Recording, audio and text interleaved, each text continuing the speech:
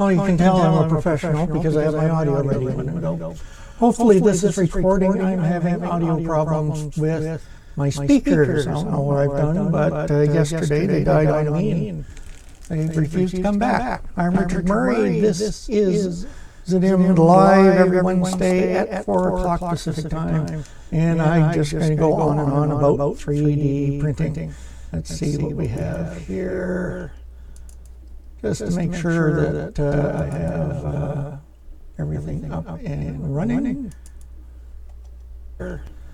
Yes, just to make sure that good stuff I have everything up and running. Make sure that we have that. Yes, what's going on today? Well, you can see on the screen here, I just downloaded parts for today. Raspberry Pi camera. You can see on the screen here, I just downloaded parts for today. Raspberry Pi camera. You can see on the screen here, I just downloaded parts for today. My SD card. You can see on the screen here, I just downloaded parts for today. My SD card. You see on the screen here, I just downloaded parts for today. My SD card. You see on the screen here, I just downloaded parts for today. My SD card. You see on the screen here, I just downloaded parts for today. My SD card. You see on the screen here, I just downloaded parts for today. My SD card. You see on the screen here, I just downloaded parts for today. My SD card. You see on the screen here, I just downloaded parts for today. My SD card. You see on the screen here, I just downloaded parts for today. My SD card. You see on the screen here, I just downloaded parts for today.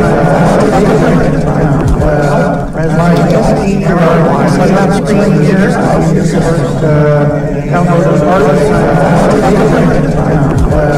My SD card. You see on the screen here, I just downloaded parts for today. My SD card. You see on the screen here,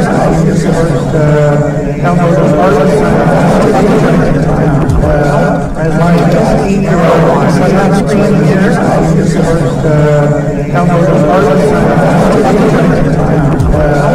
My SD card. You see on the screen here, I just downloaded parts for today. My SD card. You see on the screen here, I just downloaded parts for today. My SD card. You see on the screen here, I just downloaded parts for today. My SD card. You see on the screen here, I just downloaded parts for today. My SD card. You see on the screen here, I just downloaded parts for today. My SD card. You see on the screen here, I just downloaded parts.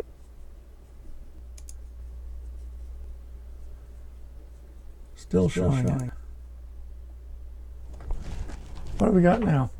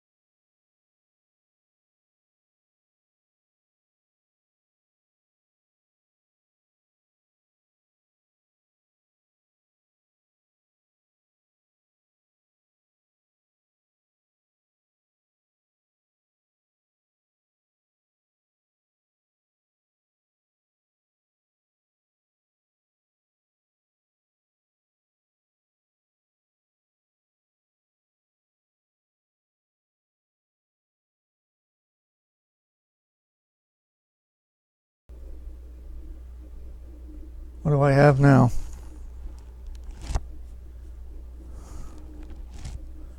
Change what I have on the screen.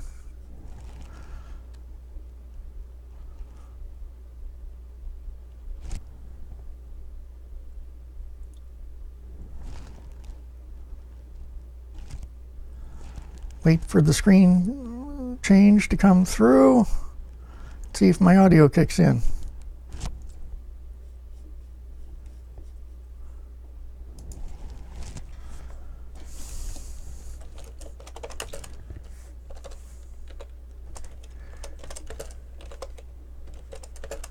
What do I have now? Oh, that sounds better. Change what I have on the screen.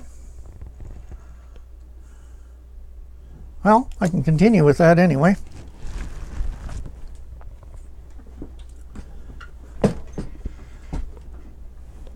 But as I was saying before I got into that, I'm going to have to go through all the audio on here, find out what's going on. But yeah, I set up my Octoprint.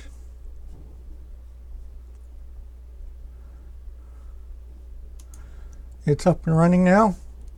And of course, if I go to here,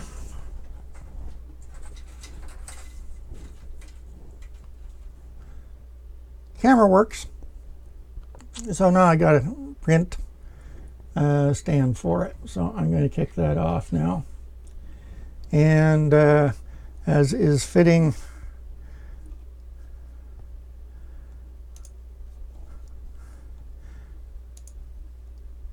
make sure I got the right file here. This is it. And I've only printed one file off of here.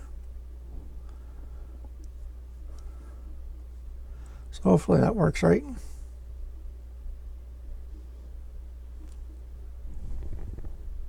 Are you over there? I think I'm missing a system setting. How about connecting? There we go.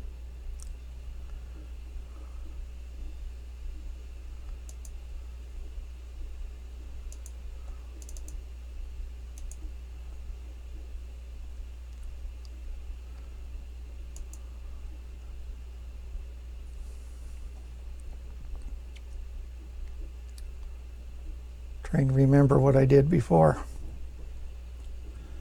Had this figured out.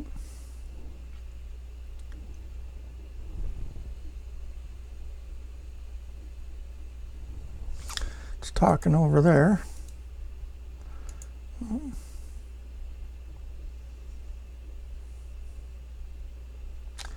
Don't need the additional. And having connection issues.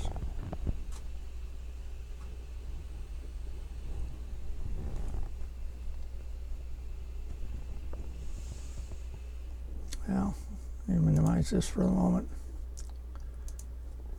Well, that's going on. You know, I've been talking about the scenery. I'm going to put a link to this video up from the tested site. This is work done by a guy from Weta, and it's all for gaming. He's fired it off to a test or Kickstarter, but he's talked about making these files available. The big difference between this and the printable scenery is, as you can see, there's no clips. There's no set size to things, but it is all stackable. Incredible work. He used household paints. I've talked to a couple of people who are into painting game pieces. So you can just take that, chunk it, put it down, and then he's combined it such that, you know, you can start off small or go a little bit more upscale.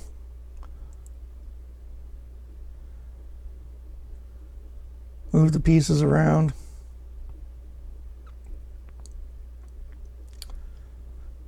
Great design work. It's taken them 18 months to get to this point. Now on the Kickstarter site, and I'll have the links down below as usual. You know, one of these buildings, you know, you have to kick in something like $170 for it. But the files are going to be incredible. And as I said, it's different than the printable scenery stuff because it's not interlocking. It just fits one on top of the other. Now the way to mix it is start off, I think, with a base that's thick enough to match the open lock system. But then you can still be a little bit more free form. And when you're gaming, you can move things around. So you can spring things upon your players if you're a DM. So I love that idea. Anyways, I'm going to post this video up.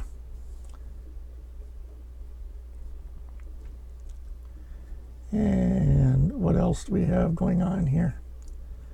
Oh, last week I was working on these tiles. And this is for the open lock system. Started doing it in Fusion 360. And within the Fusion 360, bringing it in, it brings it in as a mesh. And the research I did into it is, if you have to do much mesh work, don't do it in Fusion 360. Use another program. So this is Hexagon, another free package. It's tied in to DAZ, and I actually use Hexagon quite a bit. It's fairly straightforward, and you know, I like it.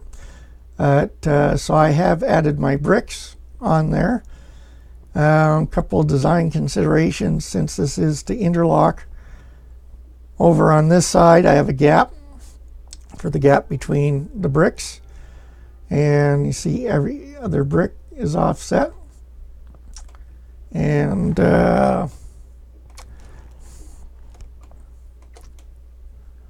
let's see, where was I? Over here, it's flush. So when you connect these together, this will be flush to the gap. So everything will be gapped nicely. But once again, it's not all that easy to add texture in here. So that's where I swapped out and wrong program. And dumped it into ZBrush. And I've been experimenting with various textures. Now the first thing that happened in ZBrush is now, this is ZBrush Core, which is what, $500 cheaper than the full ZBrush. But anyways, it's ZBrush 2018 and ZBrush Core 2018. So updated it. Slowly learning how to use the texture tools and how to use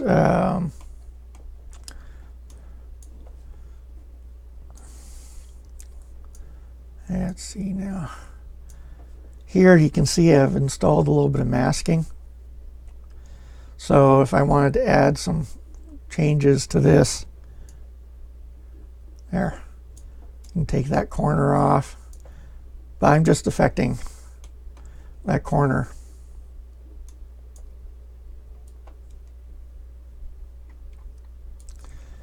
I'm not impacting the rest of the edge as I do that.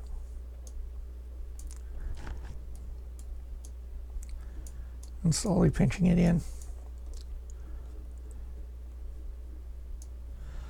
So slowly going through all the various brushes they have for this.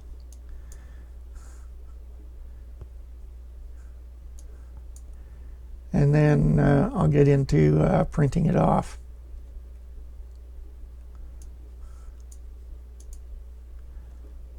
So that's all I'm going to do is I'm going to work away at this stuff. I got Find out what's happening with my Octoprint here. Where did it go?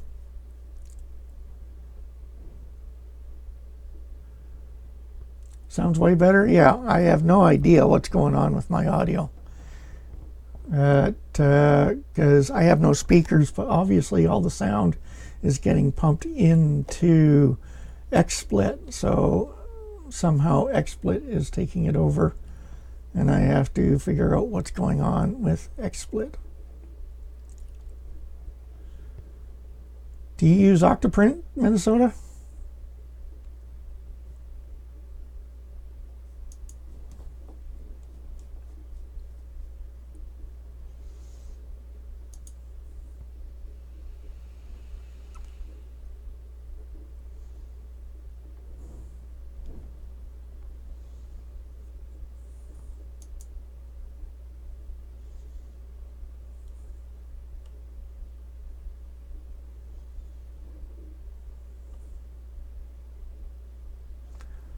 I gotta figure out what I saved this as. Camera body.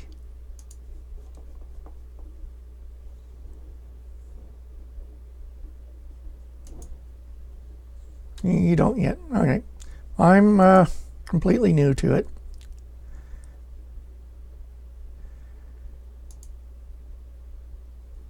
There we go.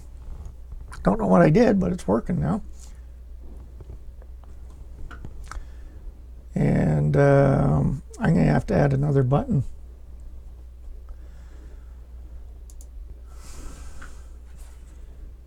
It's printing the holder, so I can start doing time lapse. Sorry for the motion sickness. I'll get that going.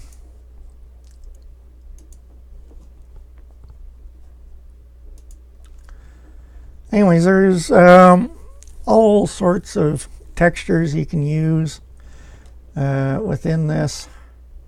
And as I said, I've been having a hard time getting into the headspace of ZBrush.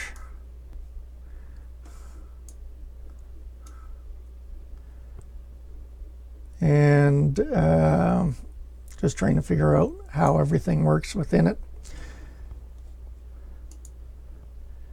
And one of the big things is the ZBrush core has a fraction of the brushes that full ZBrush has. Yeah, but I should be able to do most of the things I want to this way. I just have to remember one thing about ZBrush is it uses a lot of keyboard controls along with your mouse. And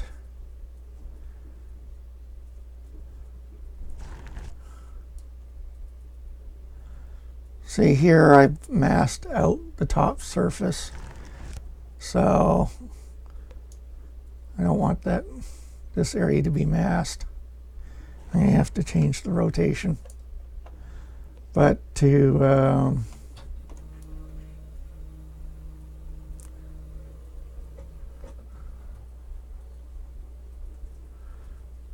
get the navigation down.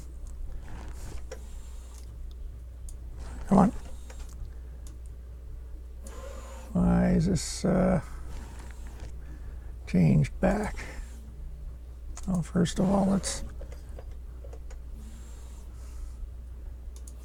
go back to where I was, and that was mass rectangle. Okay.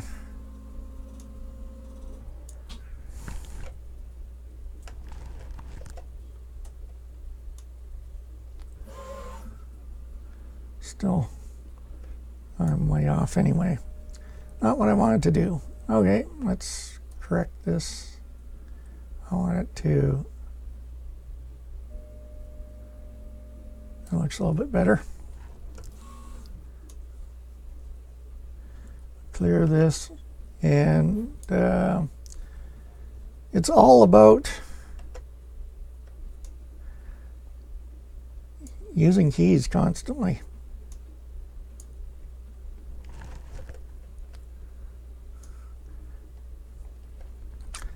So I'm holding down a control key to start the mask, and then the Alt key to have it clear the mask.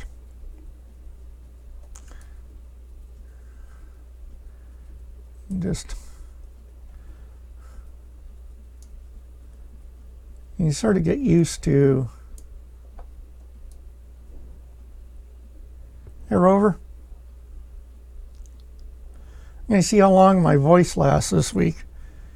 It died on me, what, halfway through last Wednesday, and I didn't have a voice until about Sunday, which I know some people think is a blessing, but I can leave that little bit of mass there. That's okay. But I also have to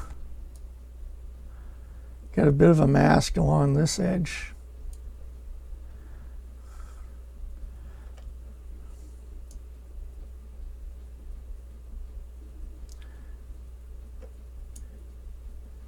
There.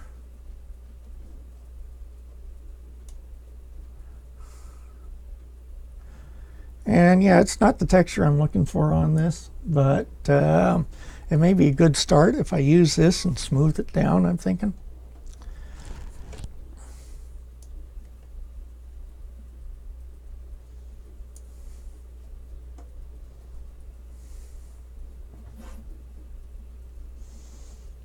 And you know, there's a lot of edge to do as I've been playing with the textures on here, seeing what'll work. So what I've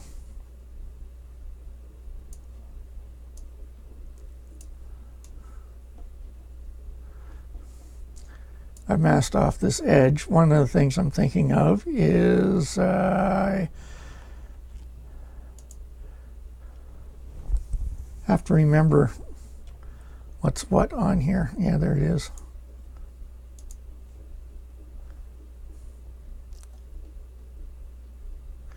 And so shift key, then click. Okay.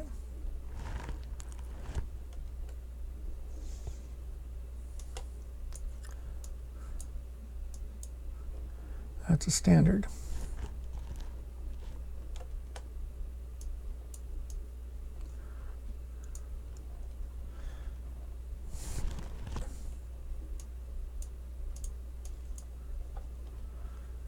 What am I doing in here? Too much smoothing.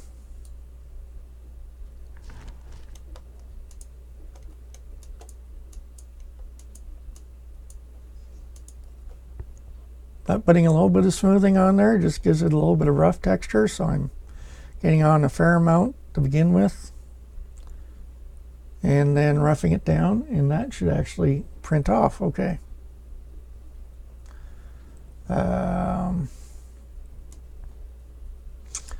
You know, this area, this one here, there's too much on it, but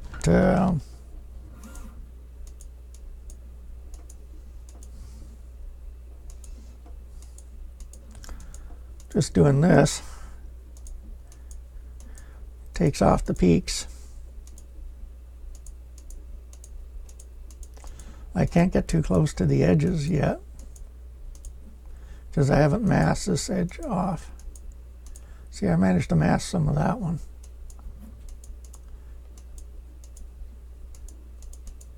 I think that adds some more texture. It's nice.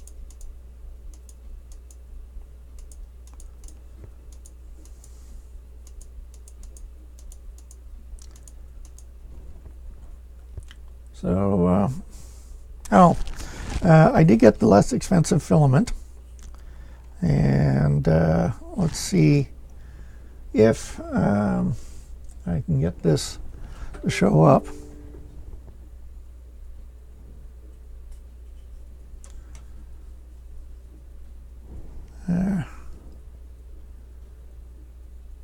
It's really, really stringy inside.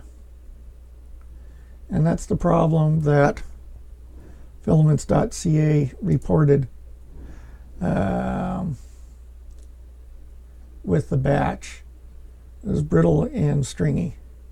And this is very, very stringy. don't know if we can get a focus on that if I get my hands. Oh.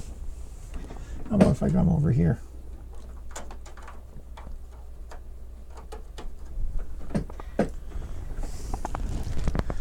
And we'll go to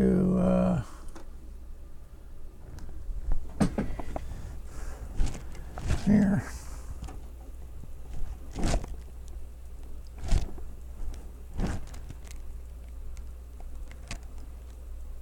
There.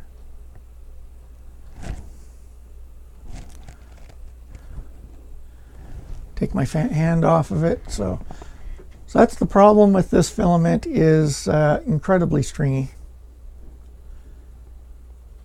And so what did I do? I ordered another 5 kilograms of it, because it is being blown out at $8 a kilogram. And for these game pieces, it doesn't matter that it's stringy or not. So I have 5 kilograms of the black coming, and I think I have a kilogram of gray coming. And I also bought a new hardened nozzle, so I can put that to work. But anyways,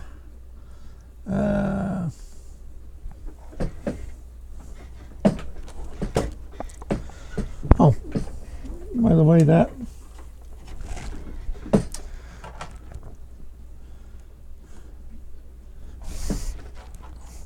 this was my test print, the first one, and yeah, I know I'm printing in black. You see the center tile here. It's a double brick, and that's just because I didn't have enough space between them. So I went and tweaked it a little bit more. No idea where the piece is now, but it shows up as a separate brick, and it will go together with these gaps. It works. And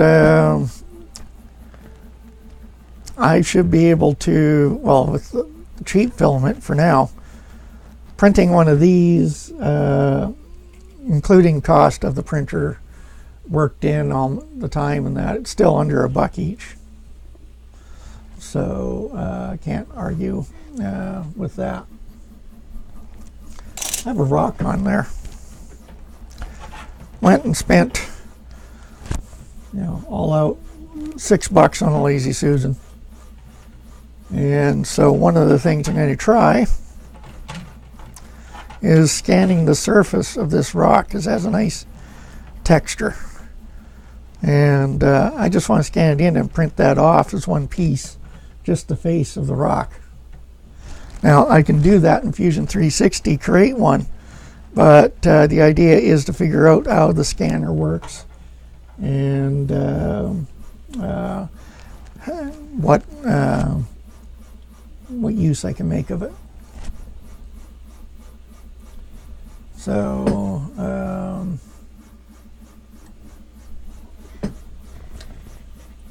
camera mount's coming along. Working on it. Oops, wrong button. There we go.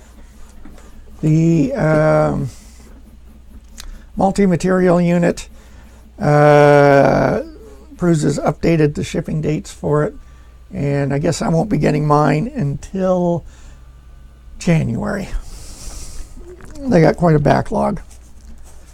But if you watch Thomas Sandler videos, Thomas did a tour of the Prusa plant, and fantastic stuff. Great to go see. They have Prusas working away in almost every room, and so they use them not only to build things. You can see actually they've created a few instruments out of there from the Prusa parts to do other testing. They show the Prusa filament plant. I think they have 5 lines in production now at the time the video was shot, and they should be at 7 lines. they go through something like over 3 tons of filament a month making Prusa stuff.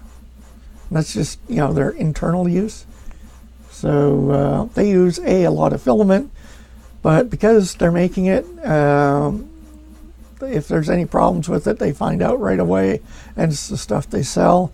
Just like they have over 300 MK3s now in their print shop, and if they work 24/7, so if there's a problem with the MK3 design, they'll probably be the first to know. So cool stuff. Now, where was I? I have to hit the shift key.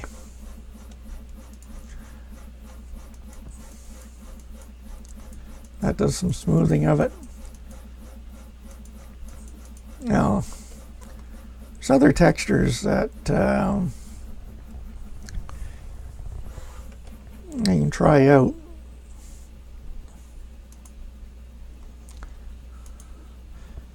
And I haven't learned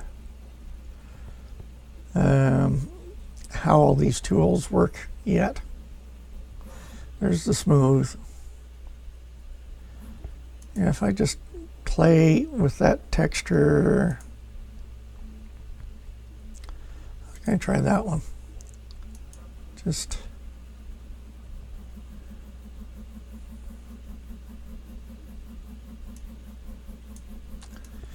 yeah, don't need those.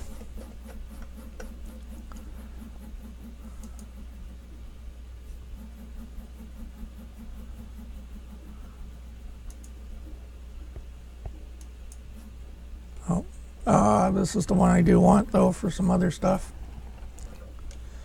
If I wanted to add a crack going across here, you know, you have that there. If I was into hard animation with this stuff, I would go in to make sure it's straight edges. But for 3D printing, I think this tool is perfect for it. So don't want to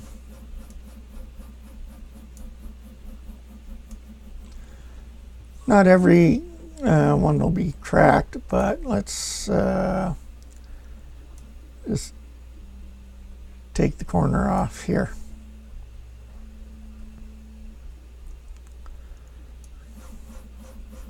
Make sure that extends. And then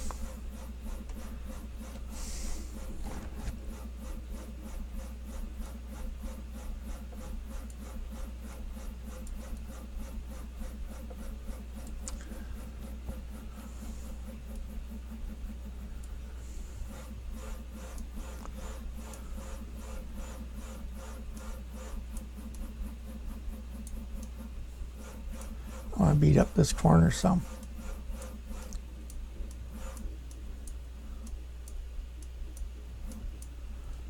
There.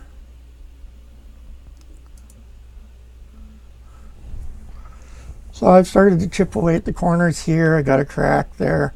These textures I got to play with. This I'm going to erase, I think. But I'll just keep on going there and trying different things. Maybe I should come back up here and play with that aspect.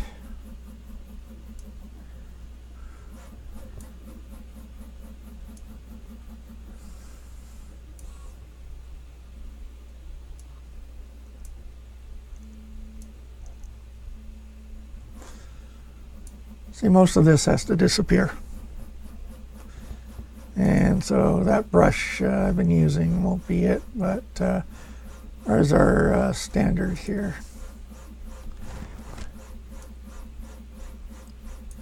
Actually, I think we should try using the smooth on it.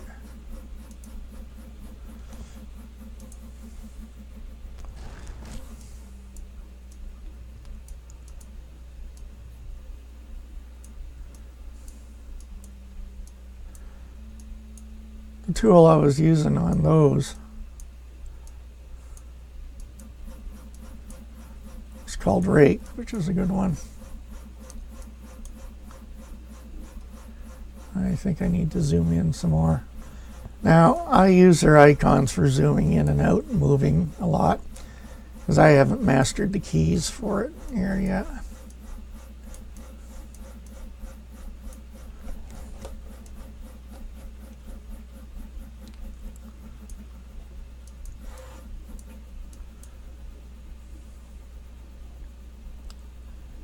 And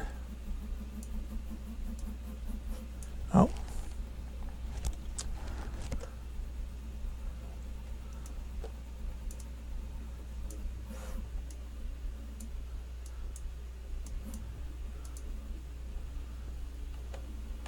the idea is add a whole bunch of texture and then slowly smooth it out, and then I think I'll have something that'll work with the 3D printing.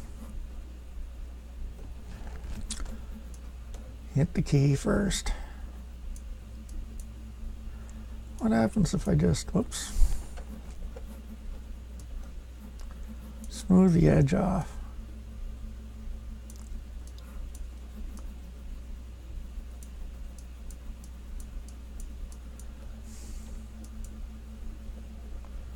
I want some corners to be sharp, but not all of them. Even that, I think this blotch has to go.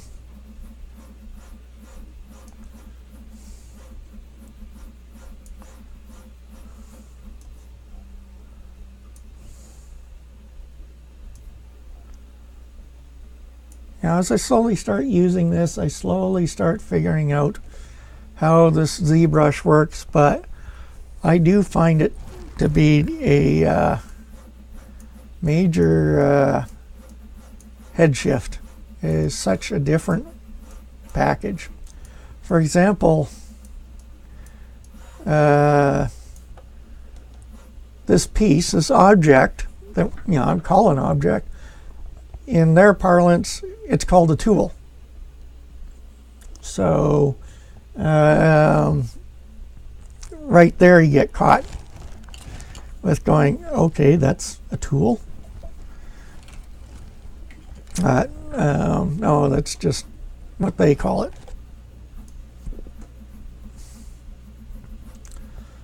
So I'm using the standard. If I hit the Alt key, it actually pushes in the material, the clay. Then if I hit the Shift key, it smooths it out. So you're constantly using your keys. The height is much better now. So I like that. But I had a problem over here, yes. Okay, I got to fix this. And so now that I have an idea how to do it, I will do that. And this is why I want to put a mask on a lot of stuff before I'm going. The Alt key, as I said, pushes stuff in. Actually, there's another tool that let's see if this does it.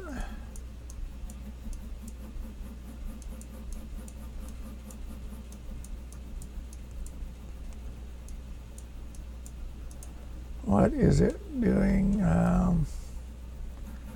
So you have to get rid of that bulge.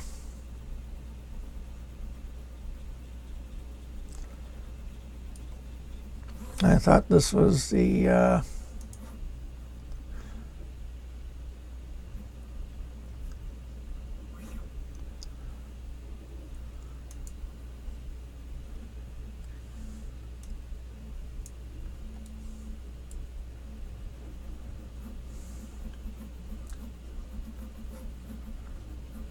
it's not going the way I want. Actually, this whole piece is over. It's interesting. I don't know if you guys can see it, but this is the one. See, The first one has the really long brick, but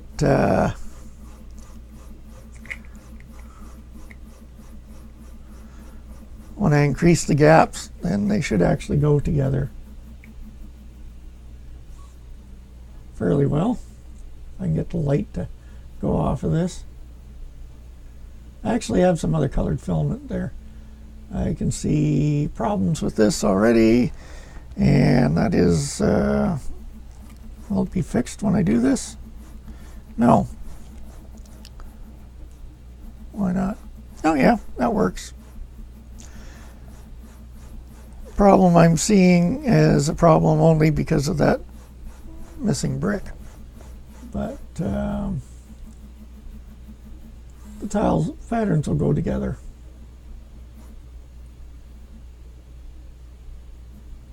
So I'm doing this one. And then, oh yeah, I was checking this out because I wanted to see one of these corners. This is the flush edge. Put that one away because that one's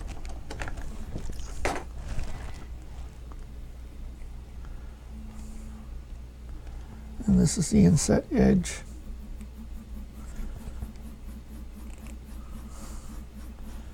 So it's not printing out as an overhang. Still, I should correct the whole thing.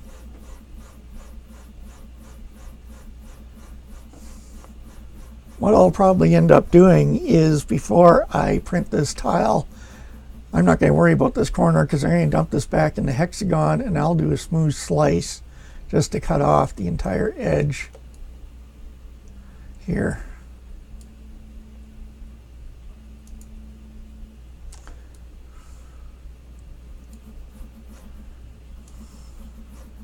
Because seeing that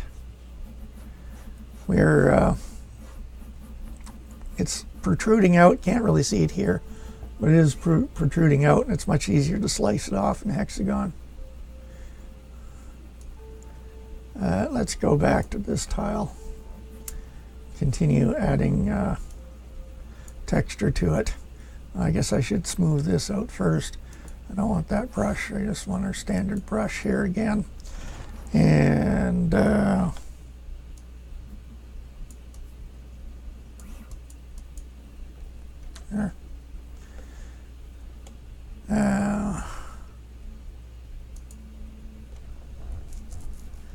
Alpha gives you some interesting patterns. See what this one's like. So once again, I put this on, even over top of this stuff.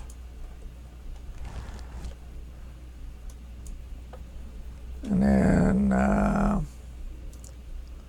turn it off. We will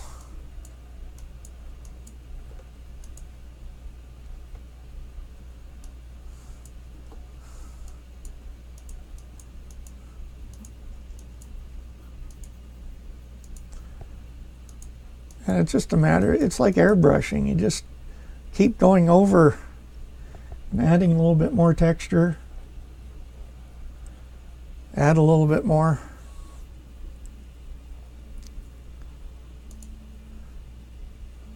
Mix them up.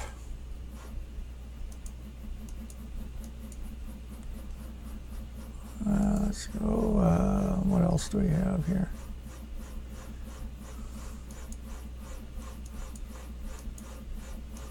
That just fades it off halfway through. Just a matter of experimenting.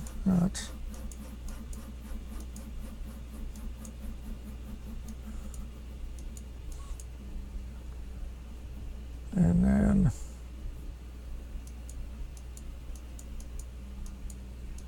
smooth it off.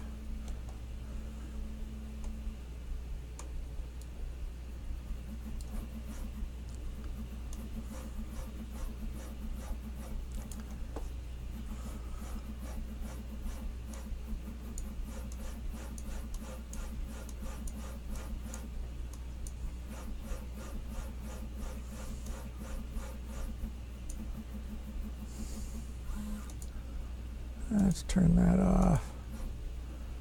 Oh, what else we got here?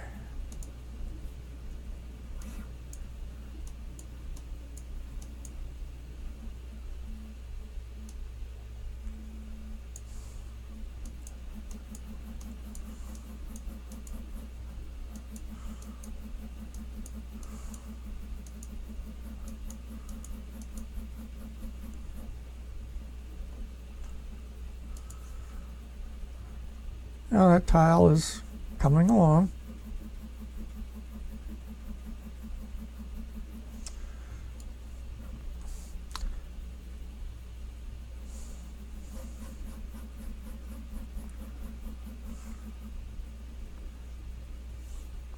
Now this one's going to take some work to clean up.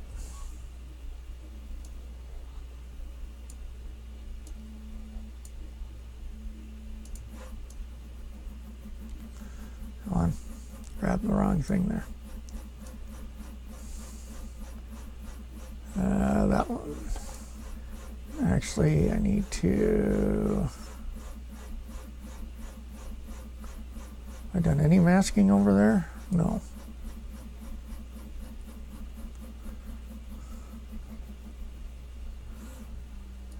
Let's zoom in some more.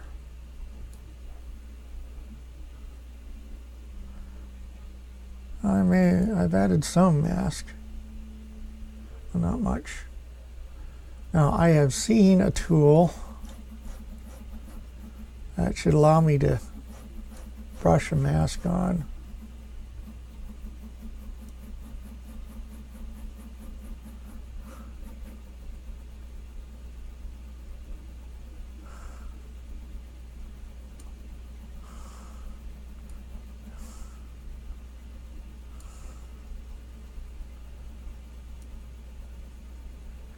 I need to see some of the edge.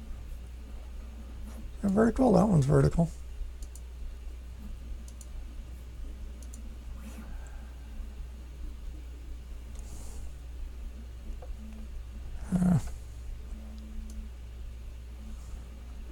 Yeah, that one actually worked.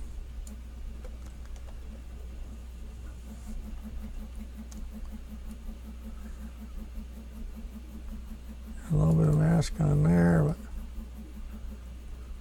navigating in this, it's like changing from one program to any other. It takes a while to get used to how they work.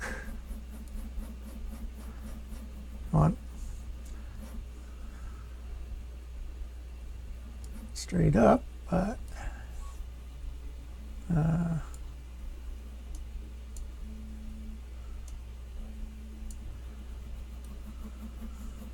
there. Not quite. See if this will work.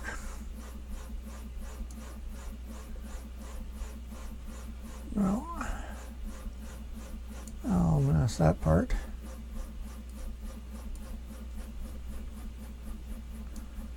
Just remembering which key to hit.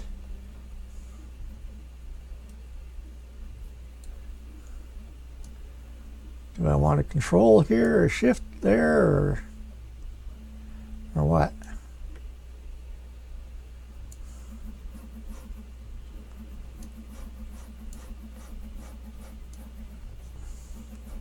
Oops.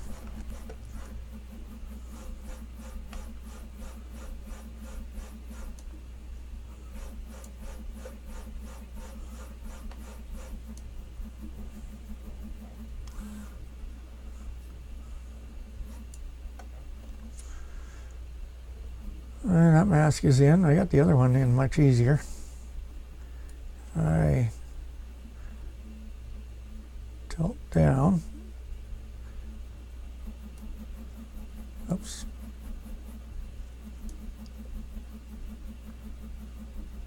I think I had it lined up much better before.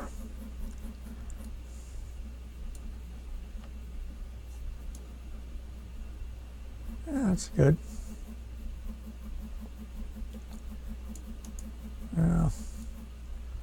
Still off some.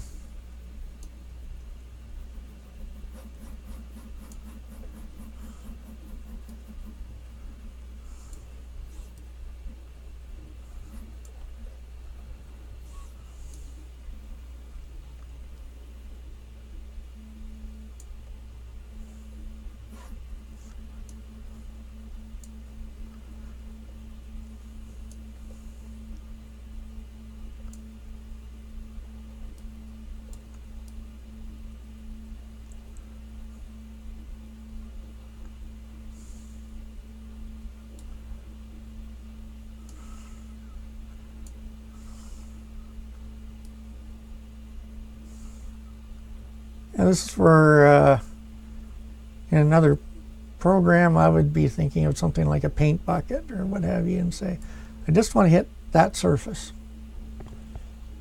And the tool might be in here somewhere, but I don't know where it is.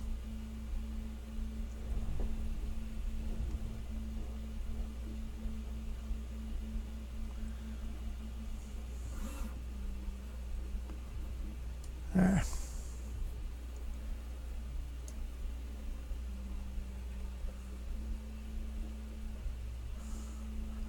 I can do a good chunk of it though.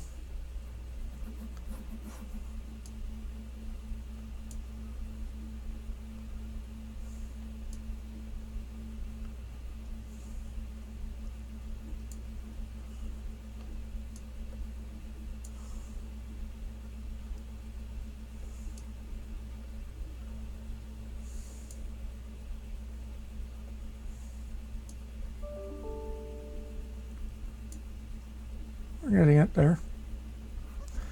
But with that, I can safely come in, add texture.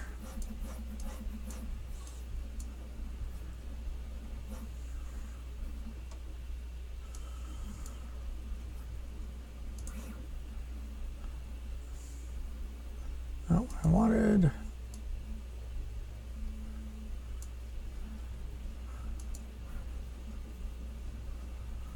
Oops.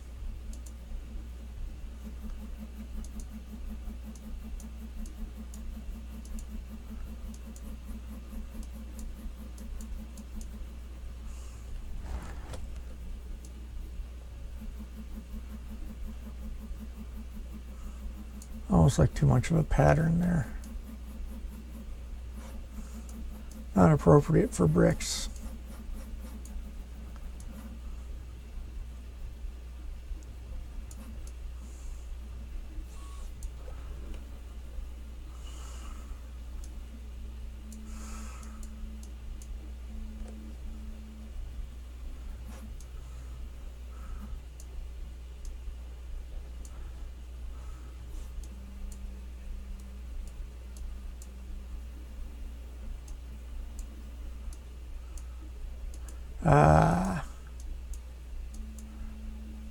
That's good.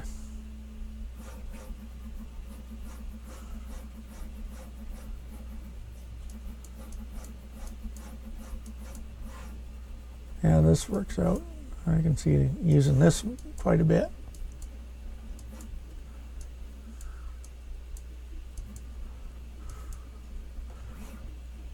Great texture for a dragon or something.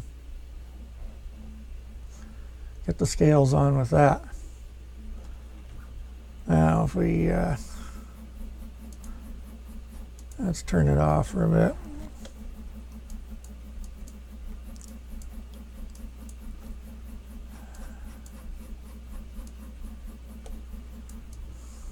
Oops.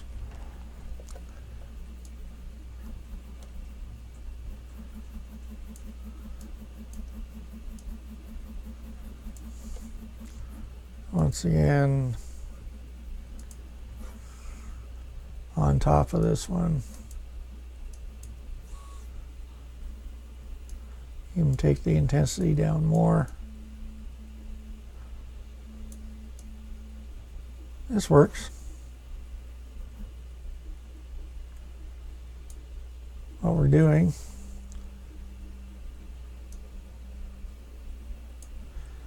As you can see, I've just been adding this little bit of surface on top of it.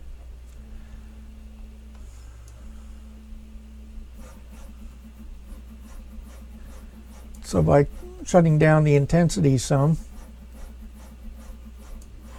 so I was doing up here, and for this organic look, you gotta keep changing. But I have the intensity low, and it's just adding this surface, this texture, on top of the dragon scales, I guess you would call it. I don't know what their full name is. I could finish off this entire brick in this sort of pattern. Now the thing is I'd want some bricks to have this pattern and other bricks to have others. And I don't like this area down here.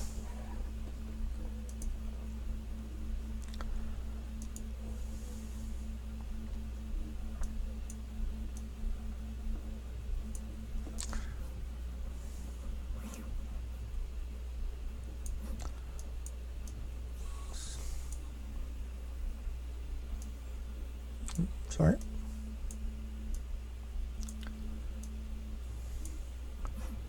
Not that much.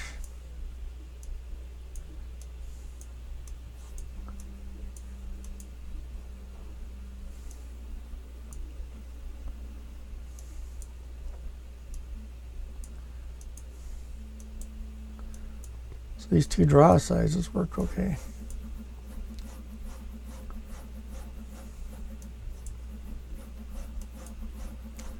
If you're creating a creature, you'd be able to large scales for the chest or something, and then the smaller scales for around the armpits.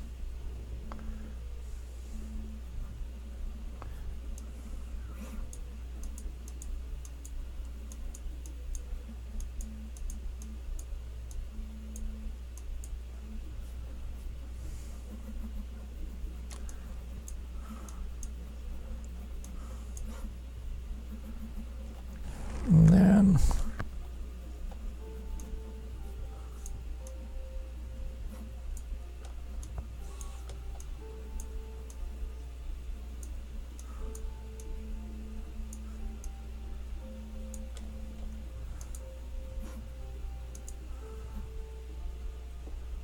really dial this back. I think I'm sitting at 8 before.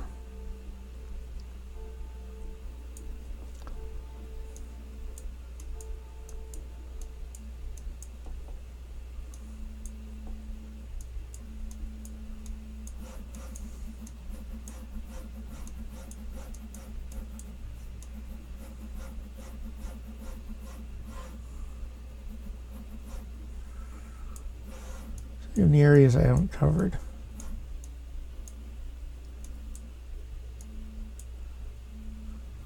Not all needed, but your cheap bricks. Yeah.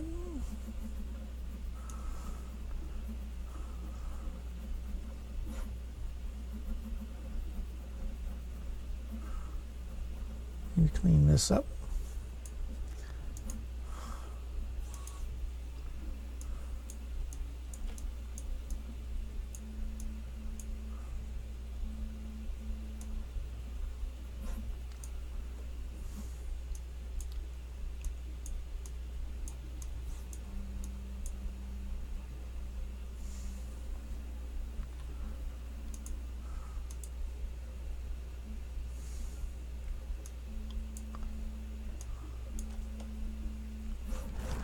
And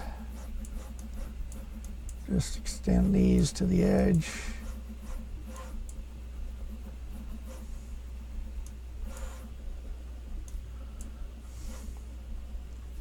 What else do we have on here?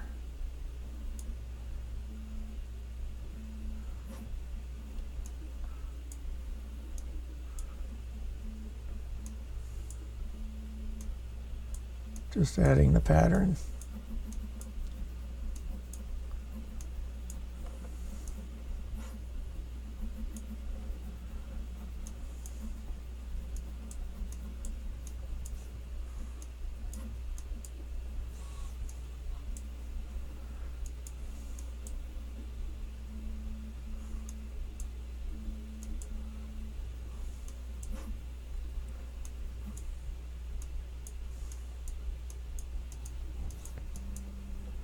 And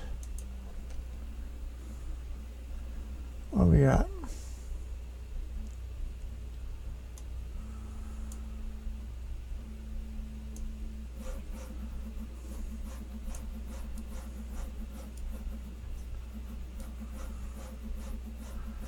Oh, it's sticking up too high.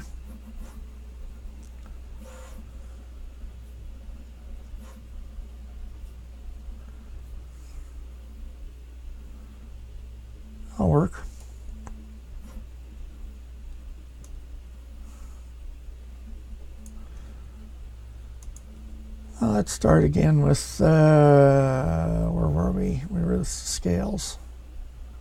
There. Start off with the largest ones.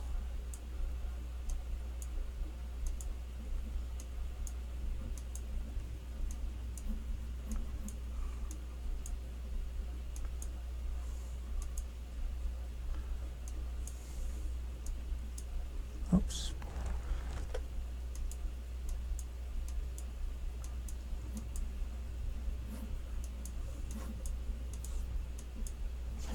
I don't like those two.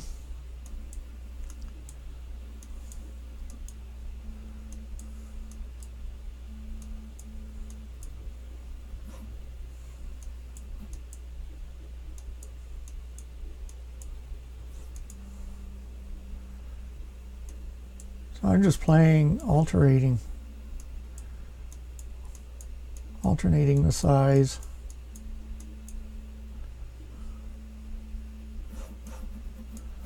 I'll focus on them.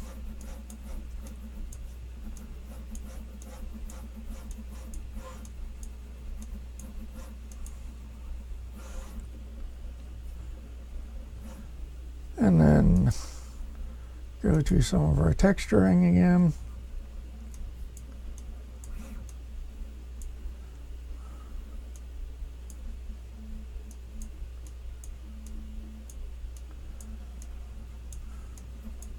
Right out to the edge.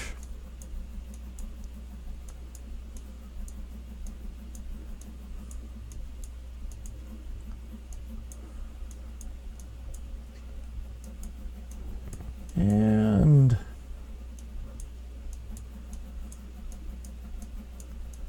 finally,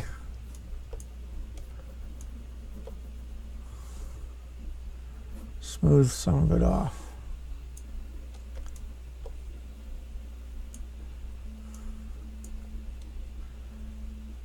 As I said, the big thing with this program is just getting used to,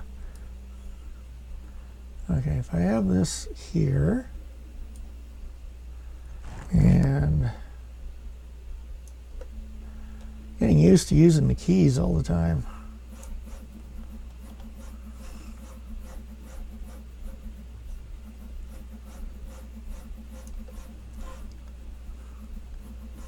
I have a little thing, it was pre-Kickstarter. The idea was being able to manipulate stuff like this by using your hands floating around. And it was actually designed by a guy who's a potter. But it doesn't work very well. Where it's moved into was what a mess there. It's moved into the world of VR. Rather than having it on the desk for going down, they're attaching them to the glasses.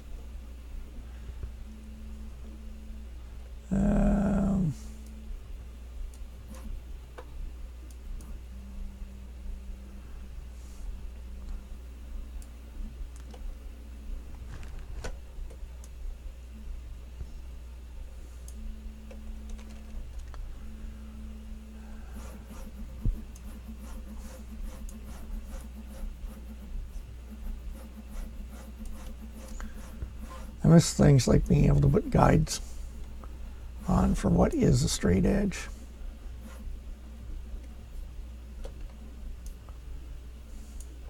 You can see the tool changing color there, and it's just me hitting a key.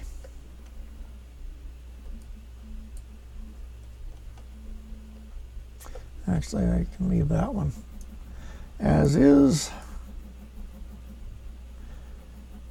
And, well, I'm not too concerned about slicing this one right now, or masking this, because I'm going to cut this all off before I, oh, didn't intend that to happen. See, it's extended the mask right across here. So now I have to clear this part of the mask.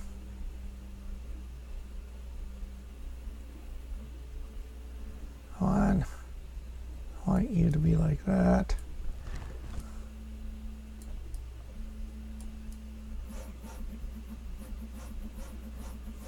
There.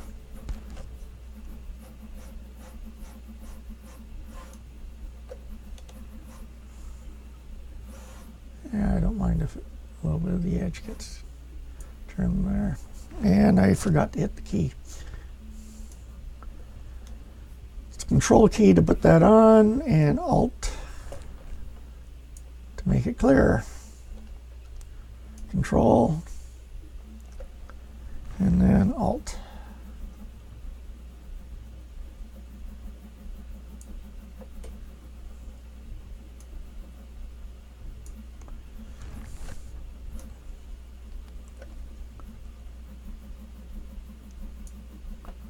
There, that one's looked after.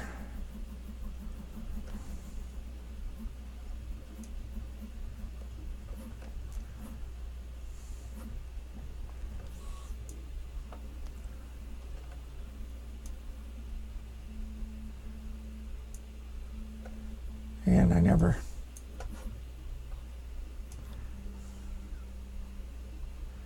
come on, gaze, come on, fingers, remember what you're supposed to be doing here. And actually that mask I don't care about. I can leave that mask as I think I got that finished.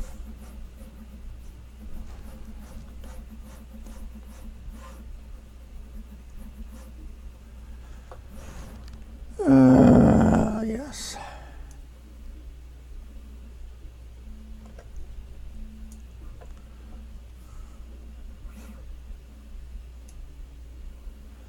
So yeah, with my fading voice, my quick and dirty print got delayed. I actually most of the way through the video, but I'm doing it without narration.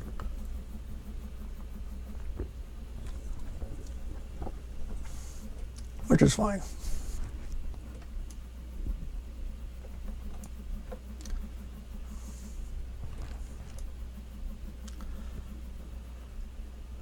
Just throws a wrench into things.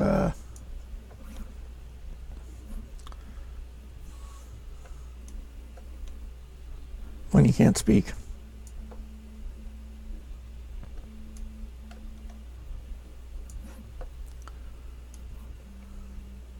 Oops.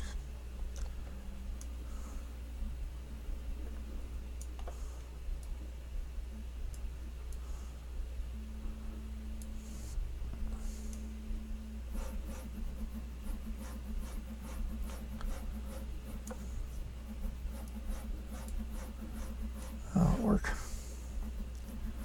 What do I have here? I'll deal with the other end later.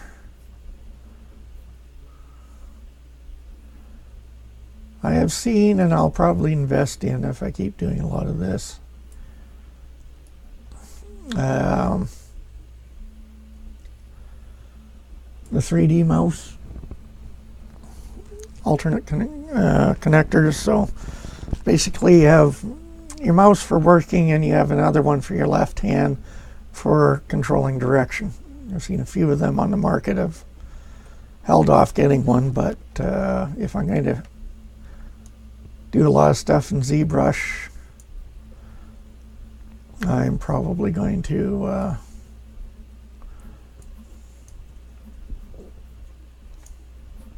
get one. See what's current on the market.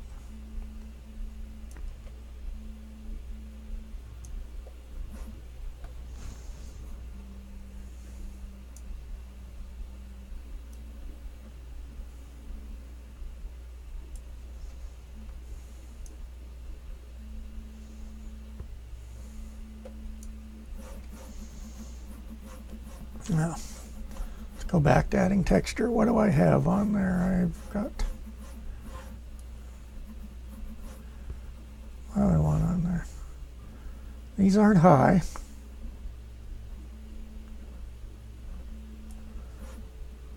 Let's go back to this one. I'll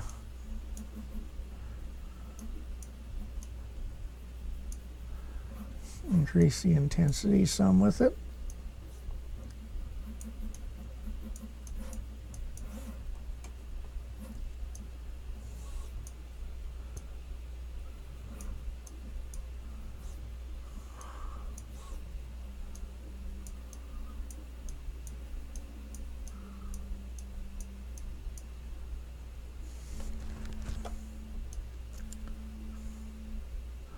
Smooth that down. Let's take this up even bigger.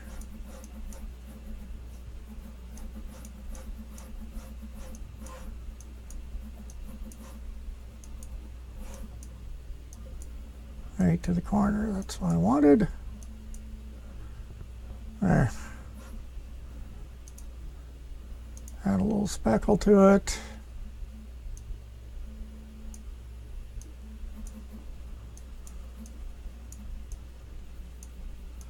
Rough it up some.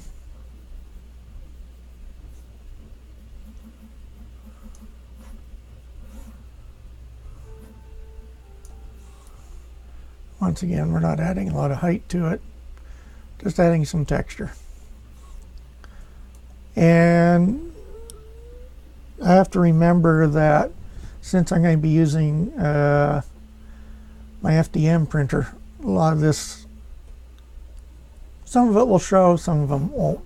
So I'll have to see, especially since I'm using this really cheap filament for it.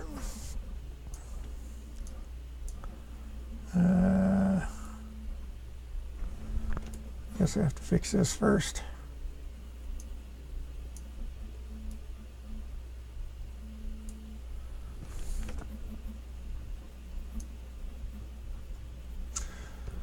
Control key, then the Alt key to clear it.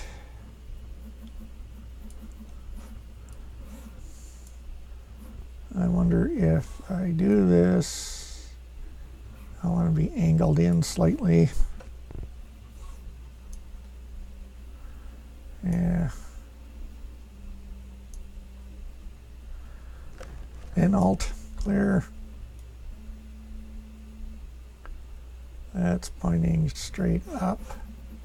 There, we're still angled. This is going to, this is the learning curve of using this program. Oh, it's like anything, navigating.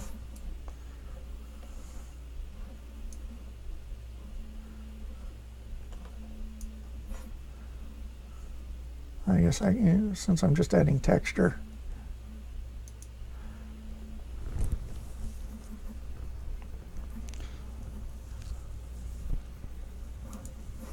Wonder if I use this one for here.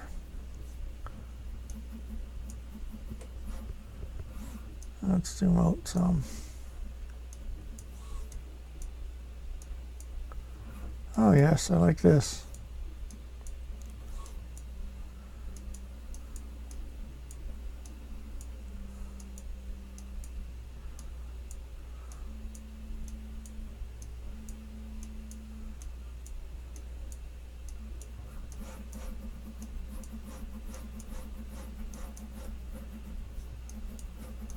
That'll come through nice.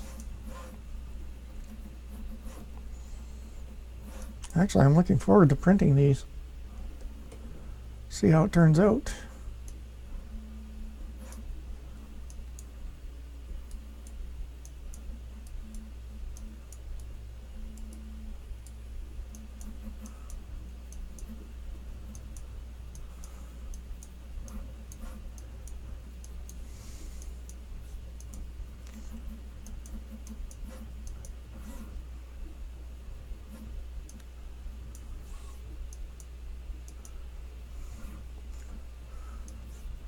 Change the size, play with the intensity a little bit.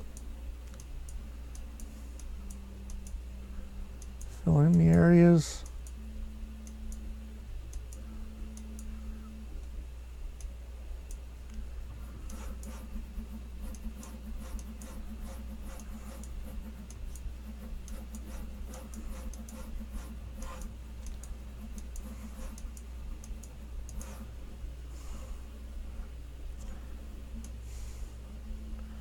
And this will be basically an experiment to see how things go with this. I need to do some work with that. I don't like this area here. Actually, I'm going to leave that area just like that in order to see how it prints out.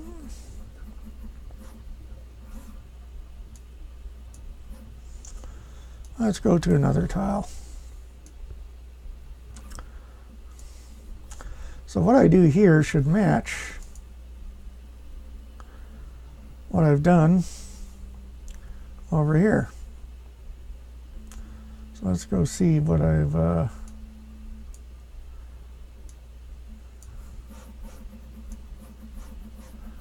done over there.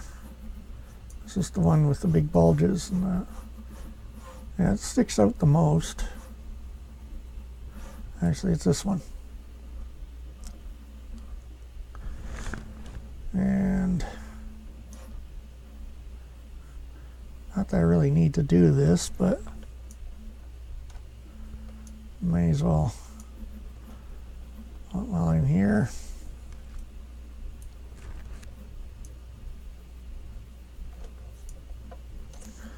Keep reminding my fingers to hit the bloody Alt key.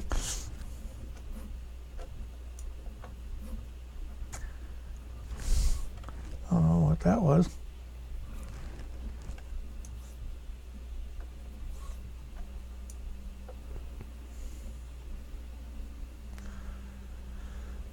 So this one, I just used the speckle, not the pattern on there. So let's go to one of these alphas. And then we'll head down to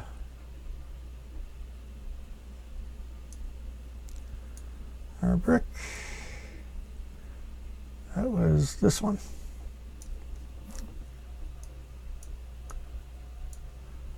I don't think that's the alpha I was using. It was probably all. There's a number of these, so it's 32. Okay.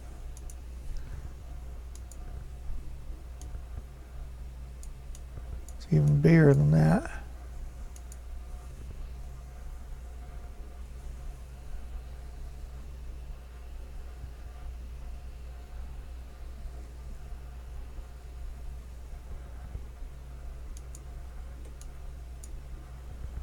And we'll increase the intensity.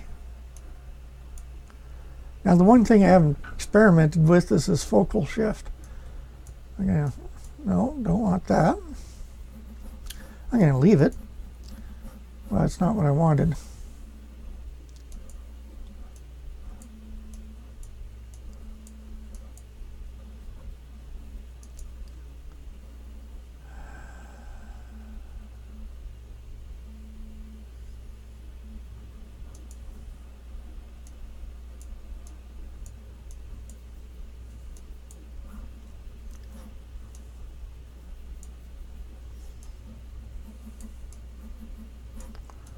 Up to the edge. Now, an area that I don't want to play with are these corners because they are to look like a smooth join with the other brick.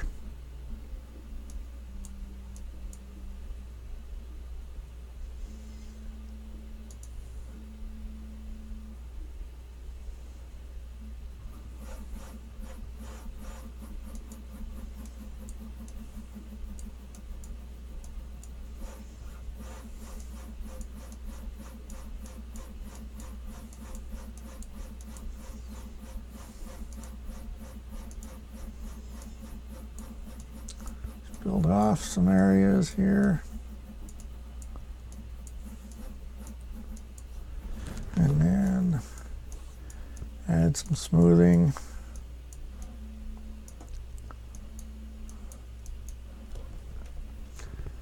And I got a feeling it looks nothing like the one it's going to be matched up to.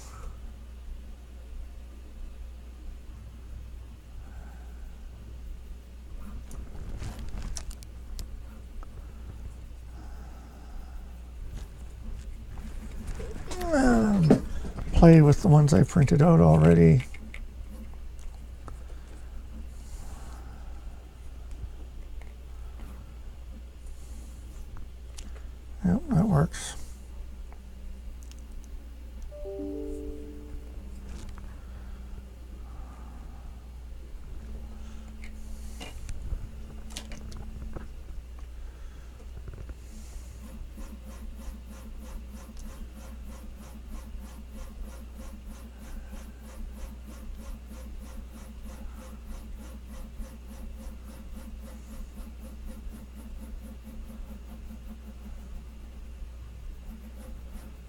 Well, let's put another large track in.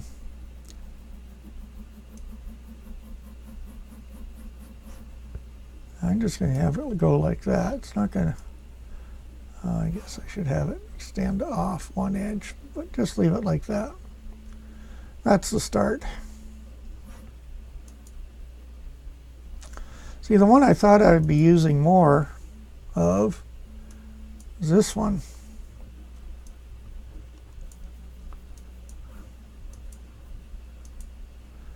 But I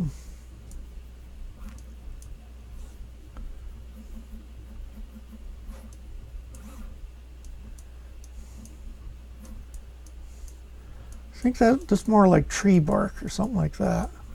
That's where it would get used.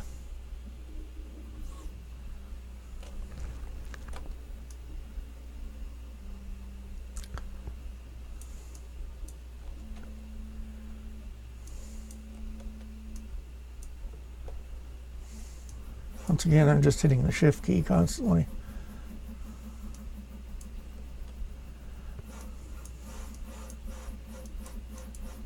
So yeah, for brick, I don't think any of this will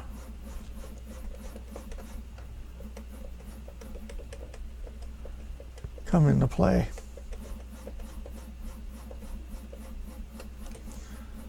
So rake is not the one.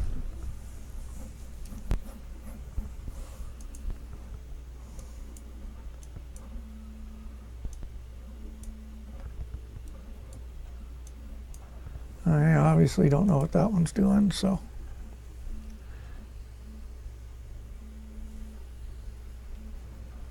I'll go back to our standard.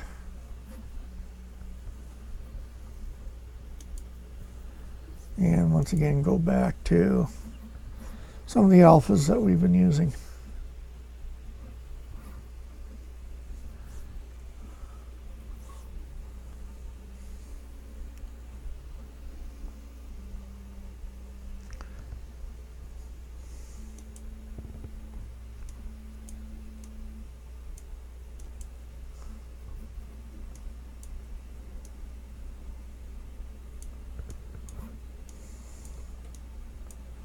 It breaks that up. I noticed I actually have to do another fix here. Hey Gustner, I'm just slowly getting used to using ZBrush. If we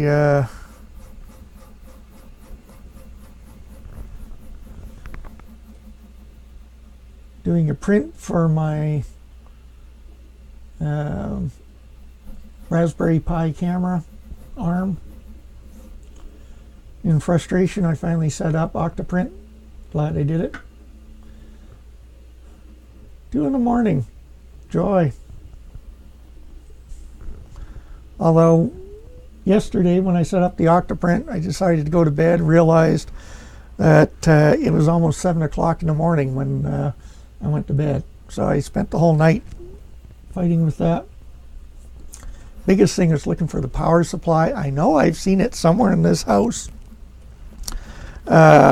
We initially got this Raspberry Pi for Brenna, and she's decided not to use it, and it's been sitting here. So the one thing I have to do, and I see there's clips there, is the Raspberry Pi, the cam has this nice ribbon, and the other day as I was setting it up, Gus started playing with it. So I noticed there's, well, this arm is designed for the ribbon. Do I still have it on the platter? Yeah. So arm's wide enough for the ribbon to go underneath, and somewhere else there are some clips for the ribbon. So I'll be printing some of those clips off too, and armoring everything against the cat. So and I speak his name, and he meows at me. So, anyways, we're adding. Oh, I was going to. Come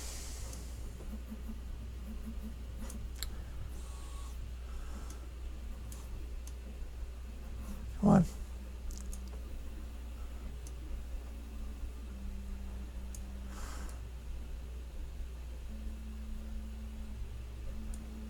I still find navigating in this program odd. I'll do it.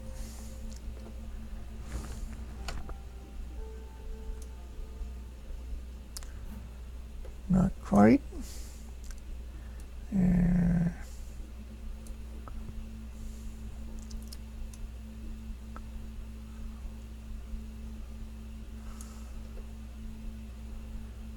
Not perfect, but I'll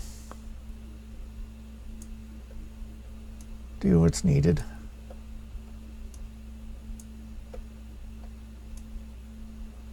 There. The other one I wanted to deal with was in here.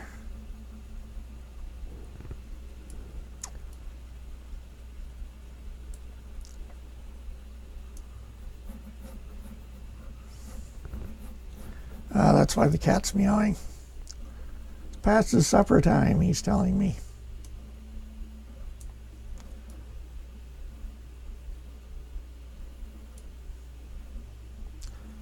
I'm lined up for that side almost.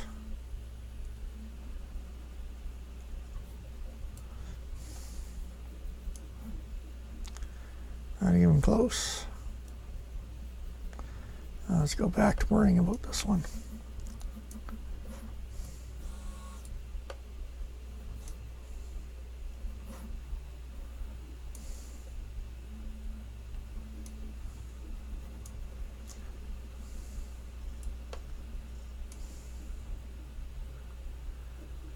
There's got to be an easier way to do this.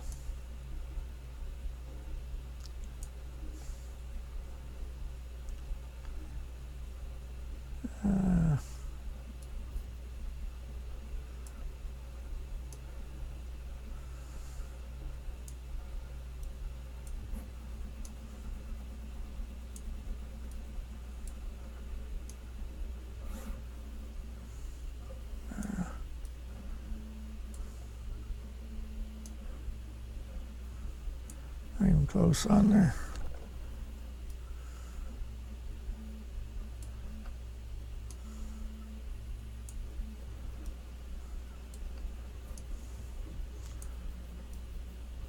I'll probably find it when I get this one all done. That's okay. This is the brick floor. After I get this done, I have to do a wood wall on the same sort of tile.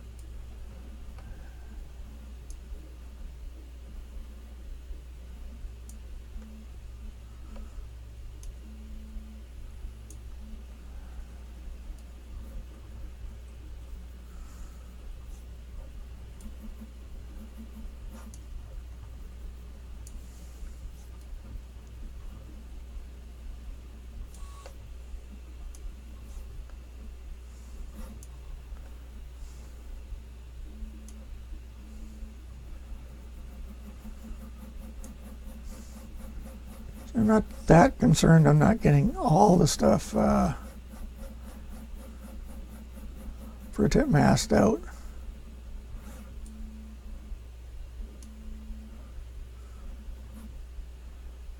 Some of these edges are going to get chipped apart.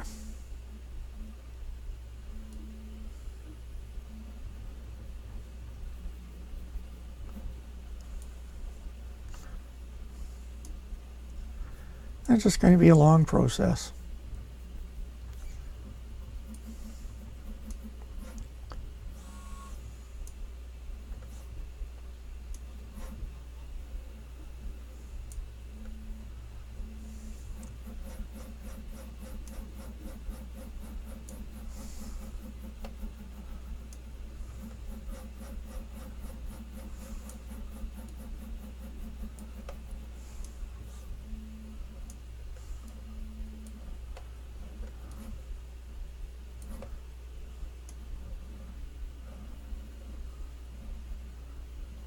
That's a good section in one go.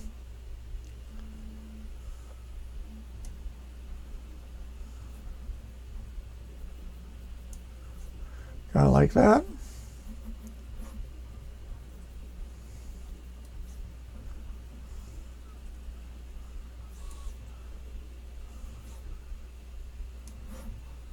Nope.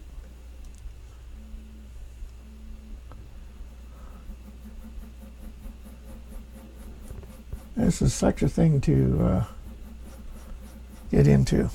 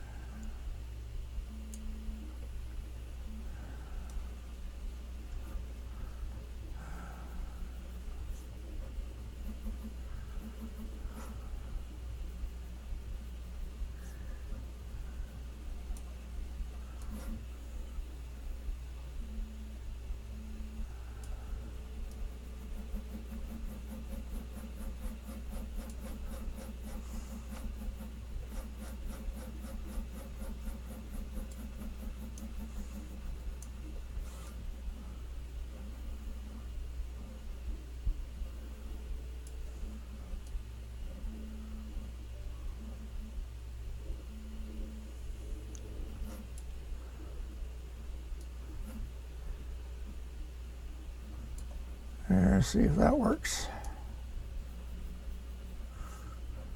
I get most of it.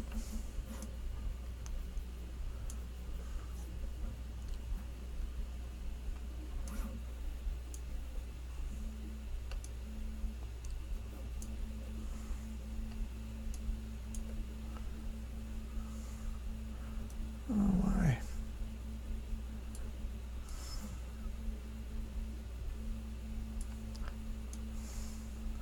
This is it. I'm having a hard time getting into navigating in this program.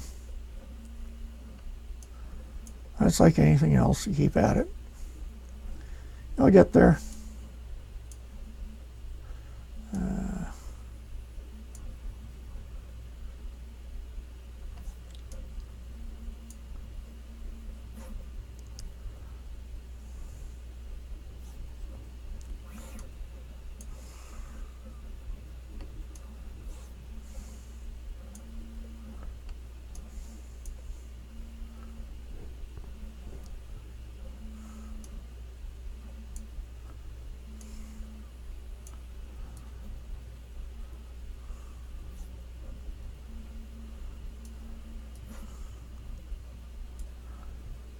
See, I've already chewed away some of this corner.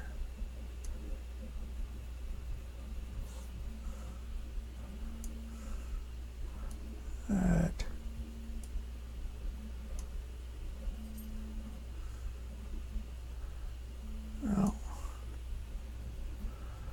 I'll clean that up in a bit.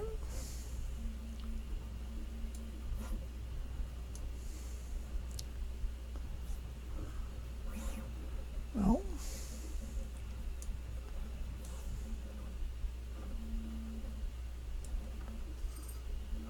I'm so used to being able to input a guideline so you know what's straight up and what's straight down.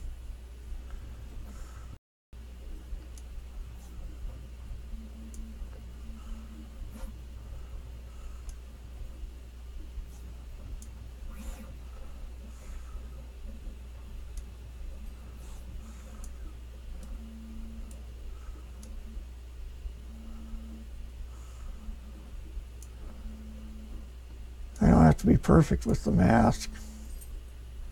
I do need to get it in there. And I hear a cat sneaking up behind me.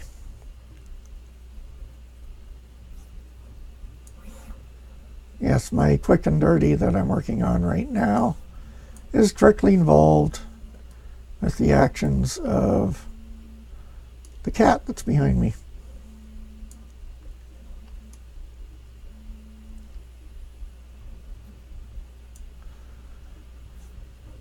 Now, Now, the Friday night chat this week is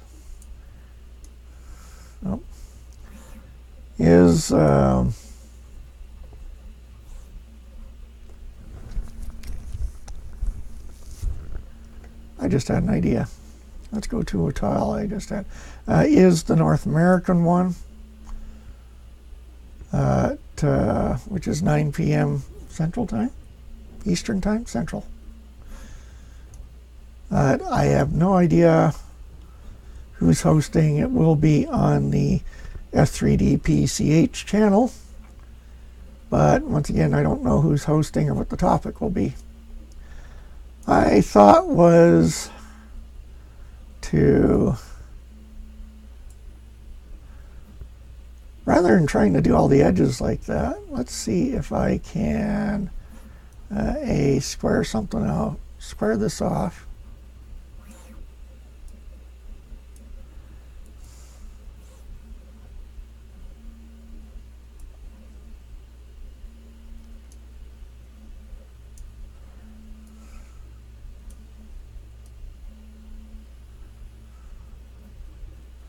Close enough. I'm going to do 2 sweeps. I'm going to mask all of that. And whoops. Mask all of that. Those edges are masked this way. And now I will just clear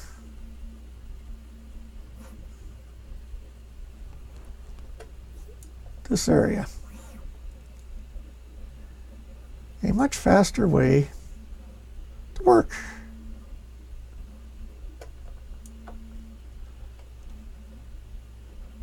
Oh, I like that. There.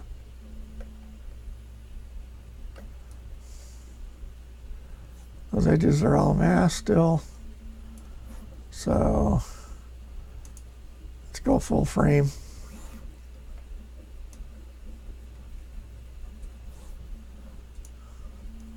I'm masking the works.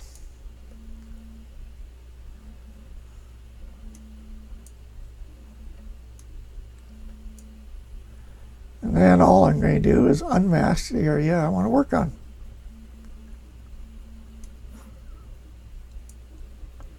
Makes much more sense.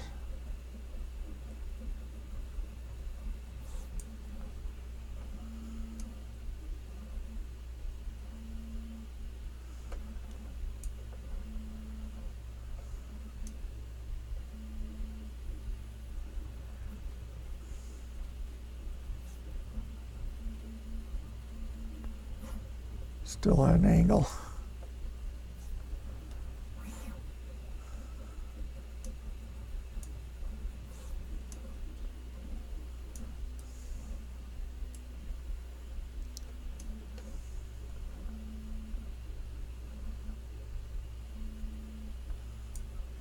There. Ooh, that makes a lot more sense. Greatly speeds up what I'm going to do.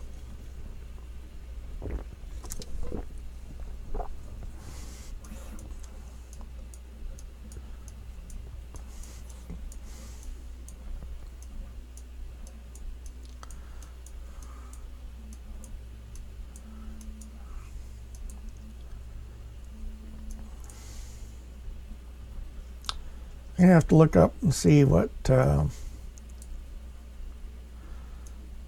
focal point means.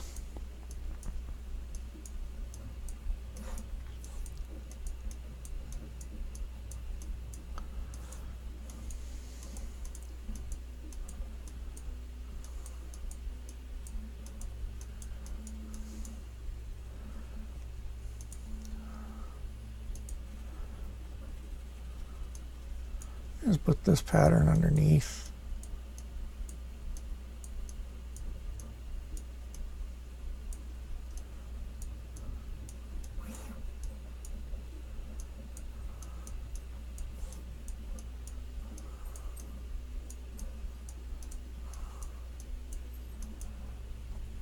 And then just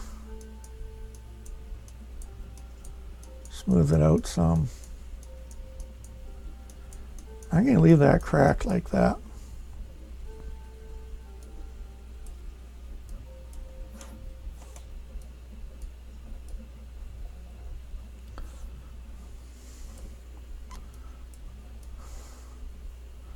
So let's clear this area some.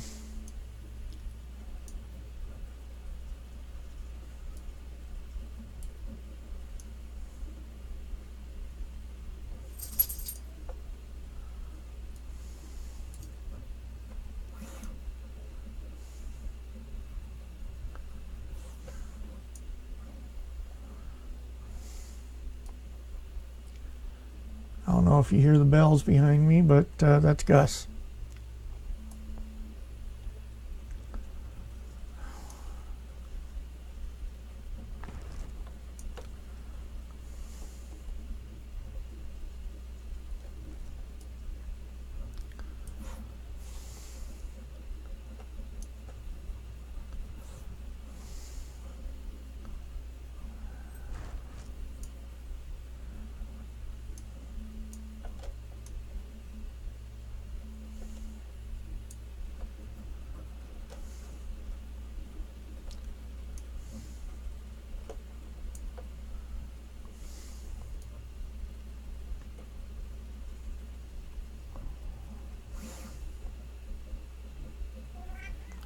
Meow, says Gus.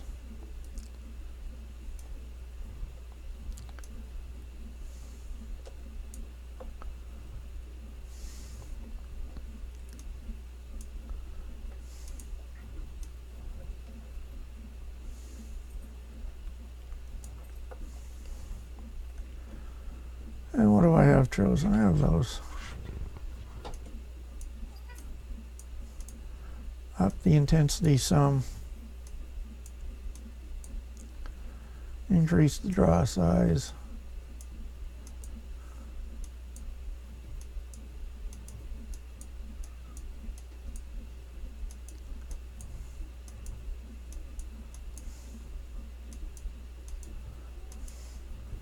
Change the pattern.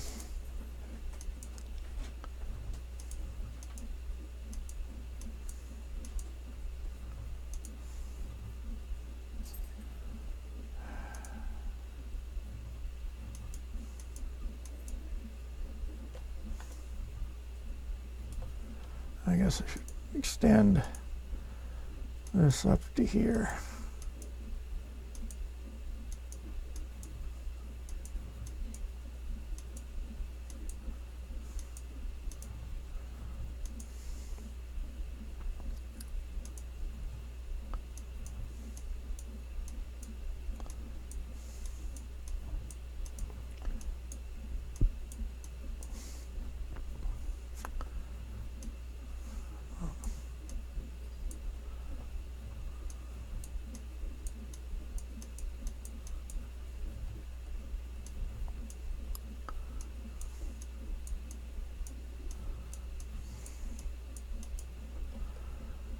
Do some smooth, whoops.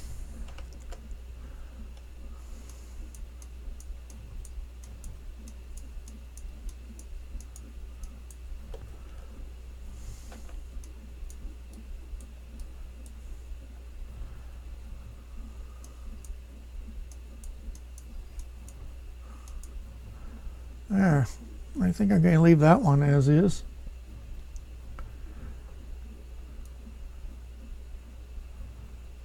We got our broken corner on this one.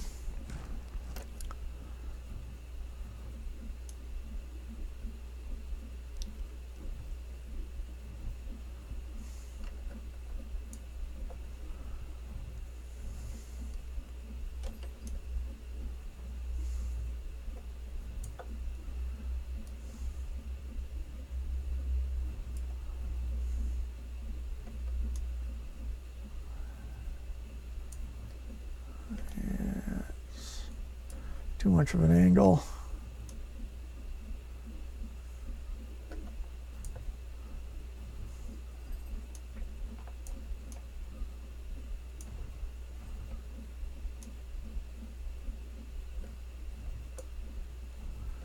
And I forgot to hit the key.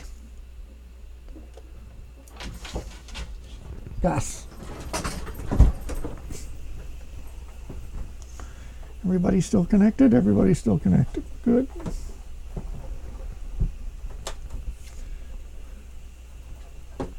And we're almost done our print.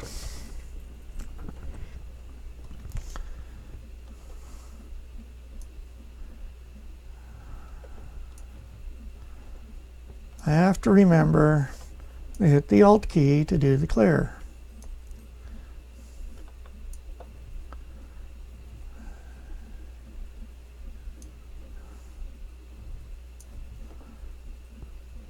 Now my other cat is speaking up.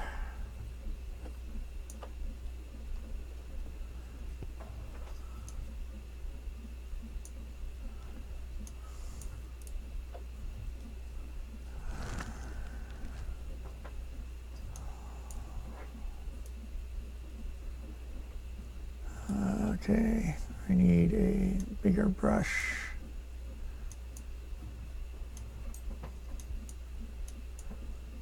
Try this.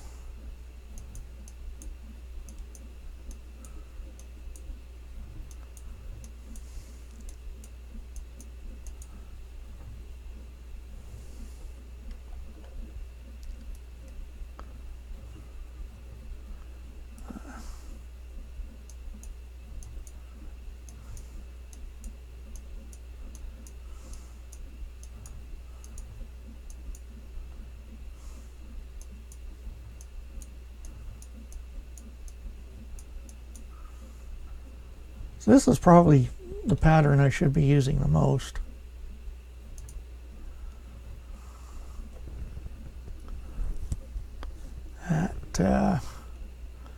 I'll give it a try, see how it goes. Now, you mask these.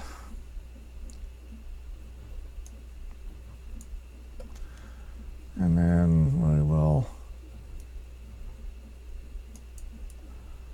work on this one. Yeah, too much of an angle, but we'll clear it off. See how this works. Not too bad.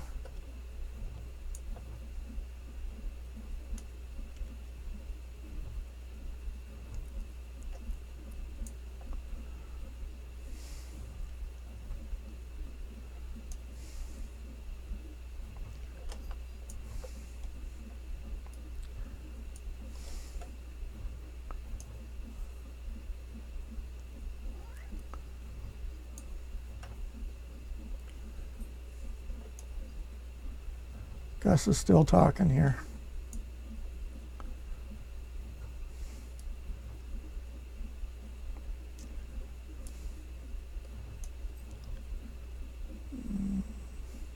Nope.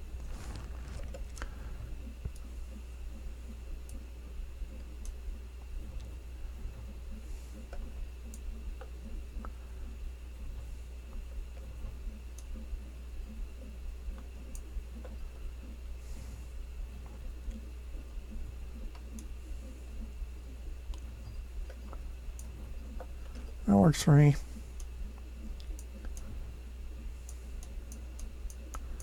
I don't want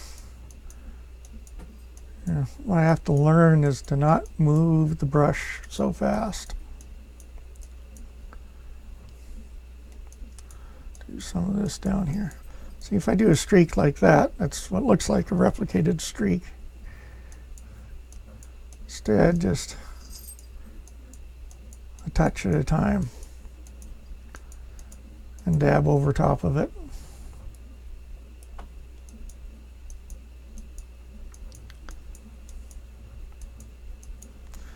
Now let's go back to this one.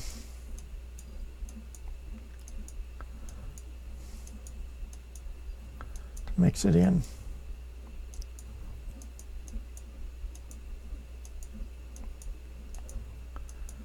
And I'm going to be fiddling with this quite a bit because I got to see how it prints.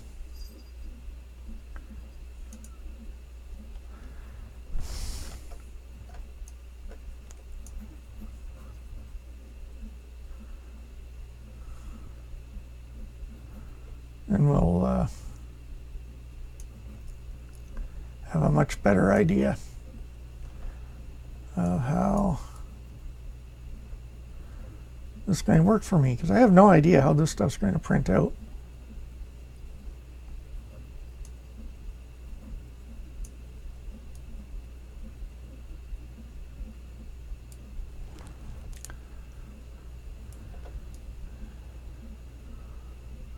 See, one of the things that just happened to me there was you hit down the Alt key and then right click to drag things around. But if you hit the Alt key, start dragging, let go of the Alt key, it becomes a zoom all of a sudden.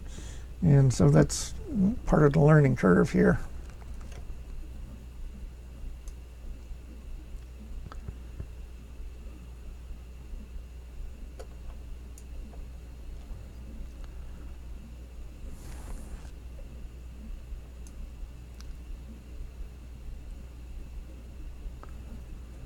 Sort of a program I'm interested in the background of, just because it has such a different approach to everything.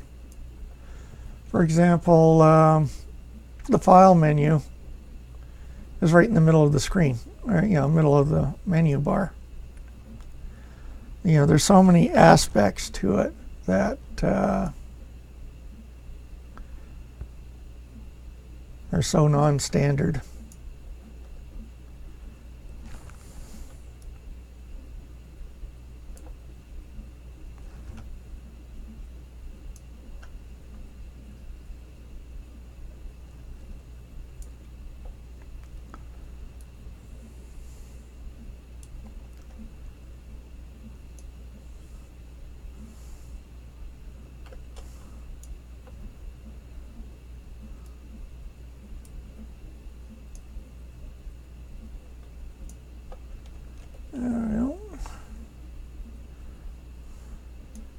I'll start off with this one then.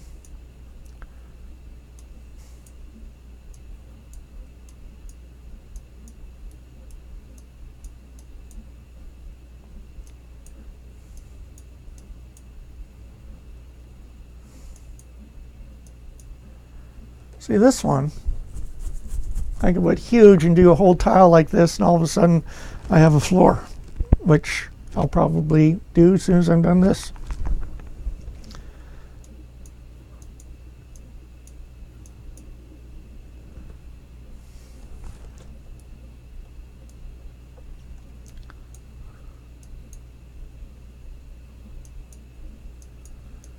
Instant cobblestone floor.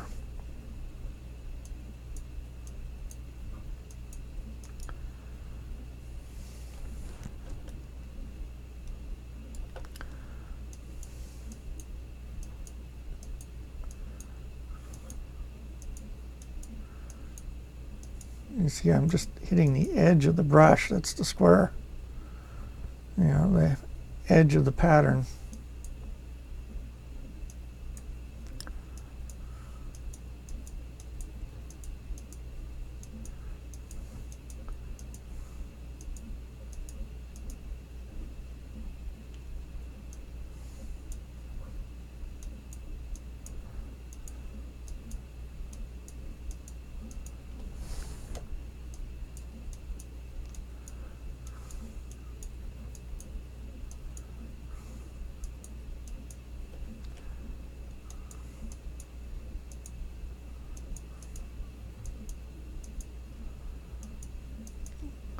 Adding texture on texture. Alpha 7 was my other one. Drop the intensity down again. Maybe drop brush size down. And especially this area here, I really want to make use of it.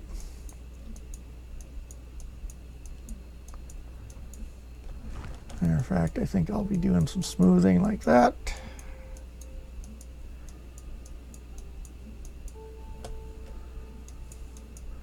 And then put the texture on top of it.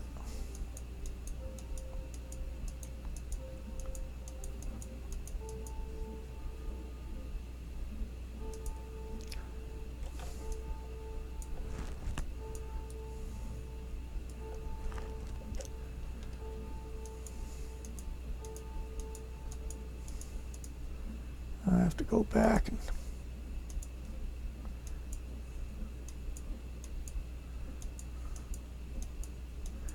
the smaller one on top of the larger stones. I think on one of the bricks I'm just going to make it with this pattern and leave it like that. See how it prints.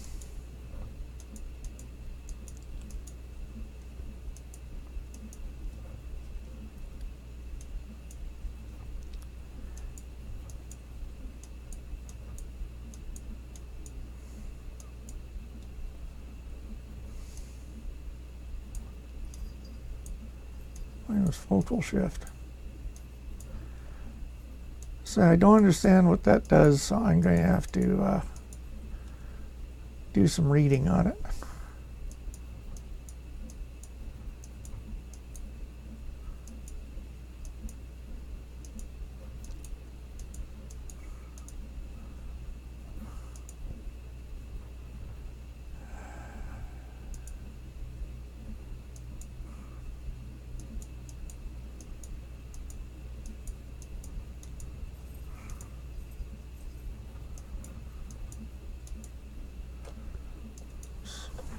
Smooth this area out some.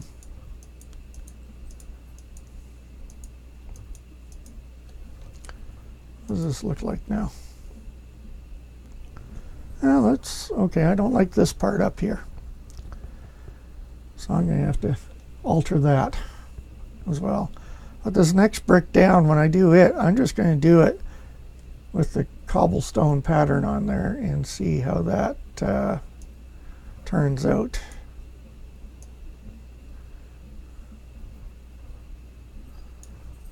See these here. I'll push that back some more. Yes, I turn this off.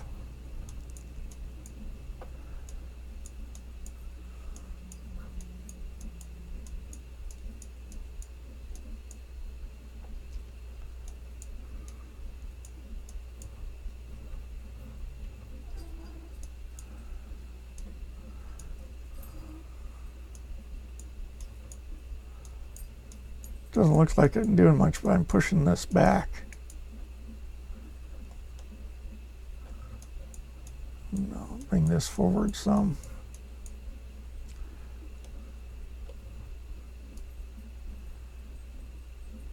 See, I was playing with the height here.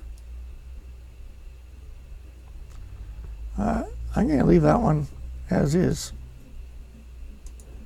for the rest of that. And I'll mask that off, and then we'll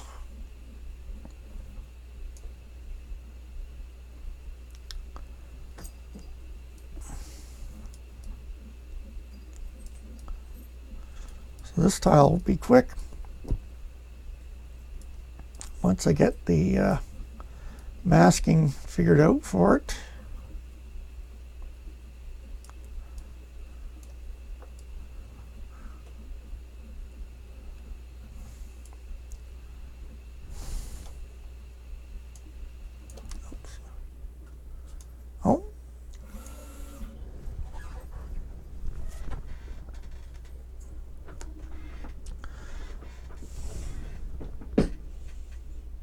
Somehow Gus has disconnected that camera on me.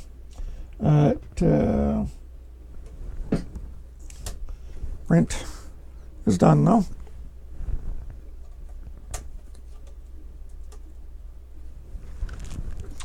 One of the things I love about the MK3 is the heat bed popping off.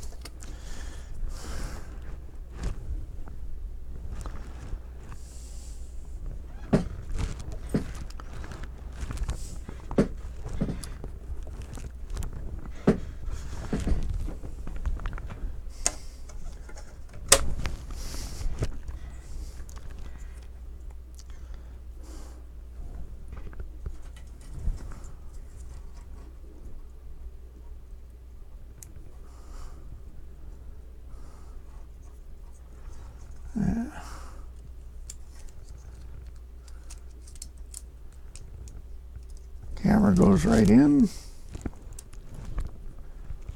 And then the back.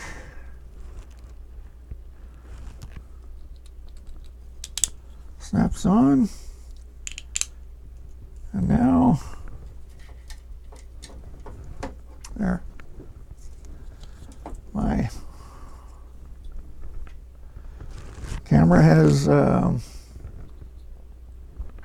mount. How does it attach to the arm? Where did I put the arm? That's interesting. With this one, you got a ball joint there, and this has plugs that look just like an electrical plug. Snaps on, and you have a solid mount for your camera. So next thing I get to do is put that on to the print bed, and then I will be able to do time lapse. I'm looking forward to that. But it means I'm going to have to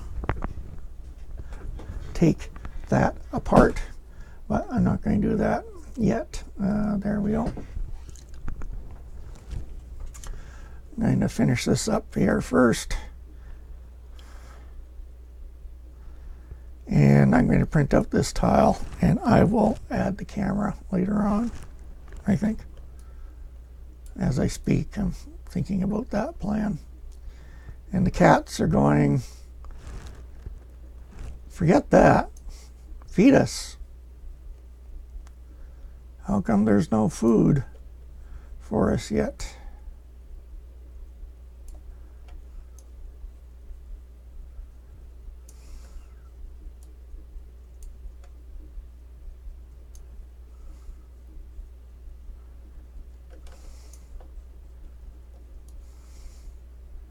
Give me something to look at. They're insistent that way.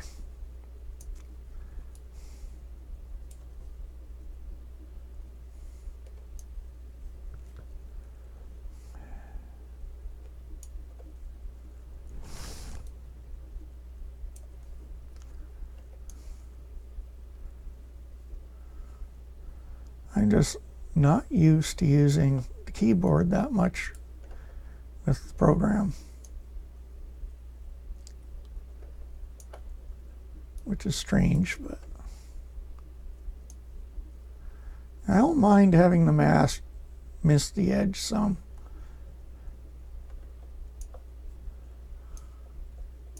Oops.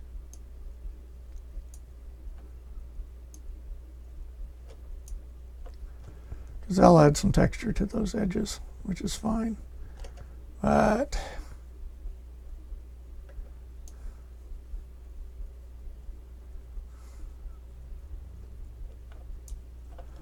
slowly learning how to do this in a faster manner. Not even close with this one.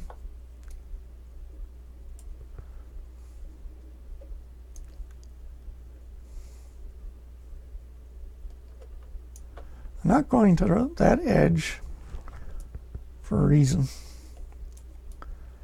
That is so I don't unmask the edge on the other side.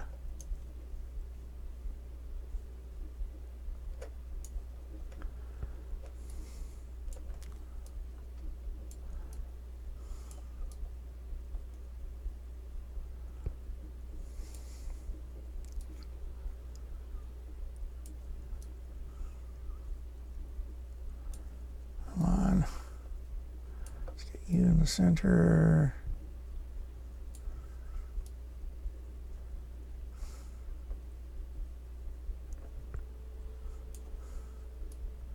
My brain is not adapted to this program yet. Navigation just seems wrong.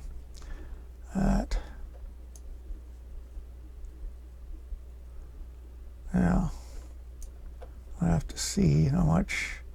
Okay, that edge stayed okay, but this corner is become unmasked. So we'll mask it again.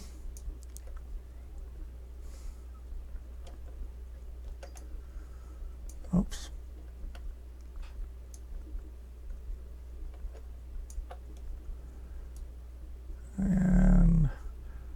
I've obviously found a key pattern that turns the mask into a spray.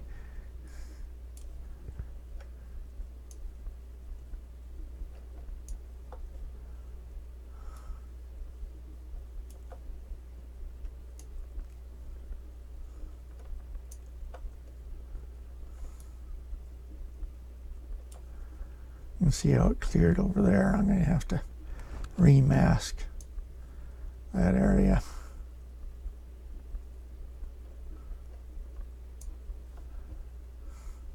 I can leave that masked, but I want to remask this area.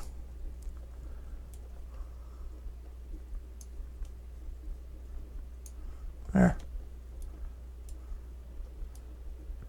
Edges are masked.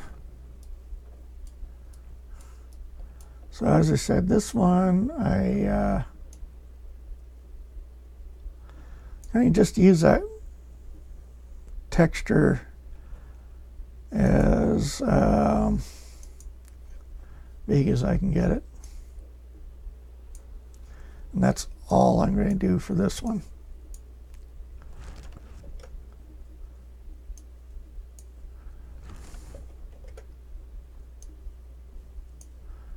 Nope.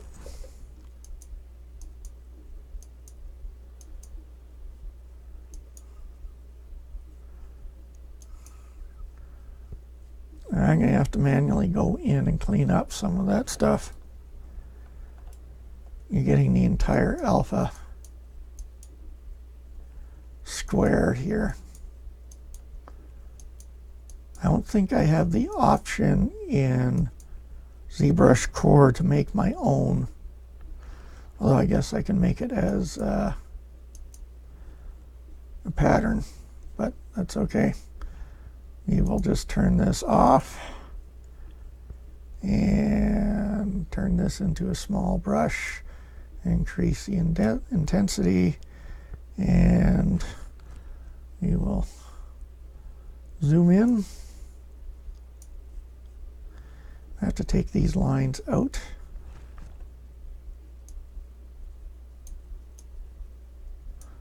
Smooth that off.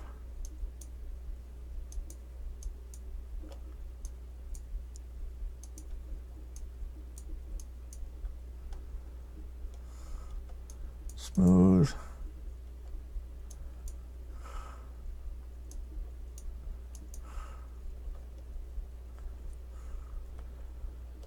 Smooth this right out.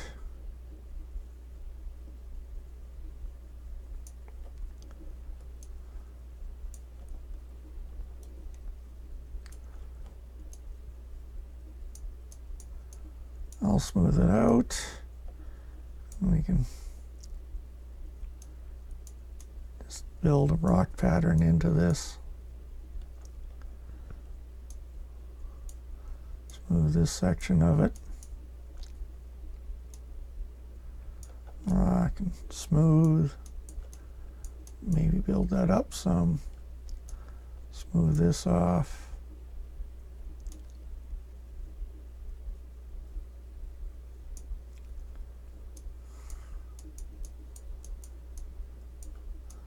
Build this up a little bit.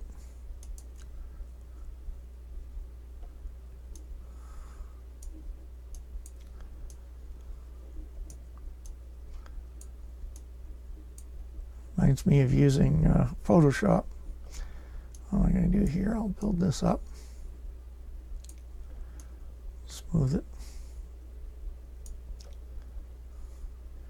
Going through and editing images pixel at a time. Had to do a lot of that when I did a lot of graphics.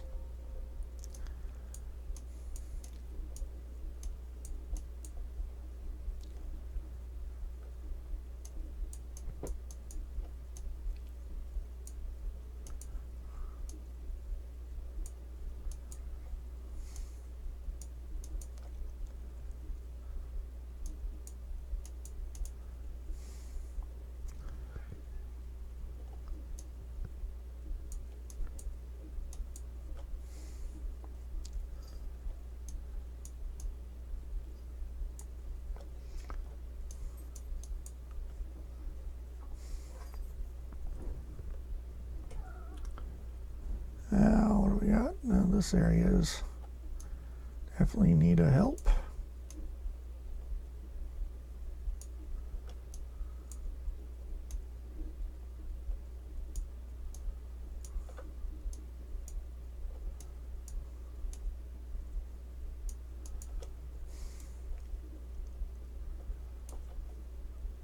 You can see the double pattern on here.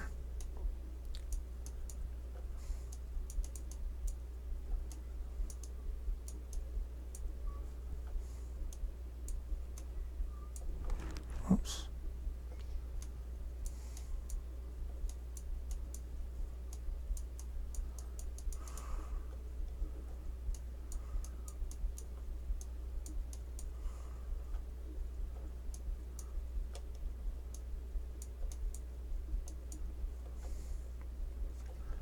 What does this look like?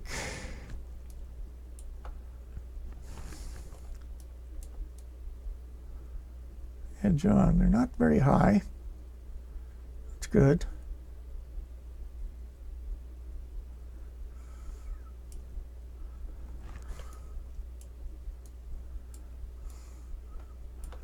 Areas like this. Oh, hitting the wrong key there.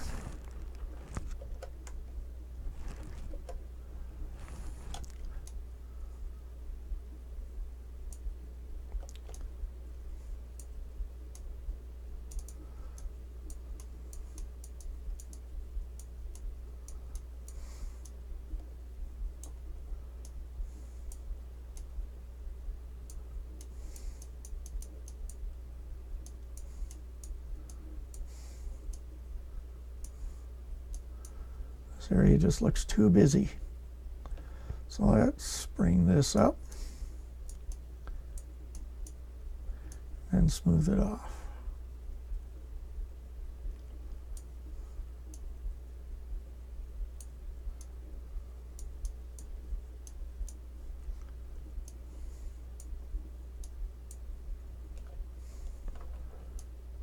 Take that down some.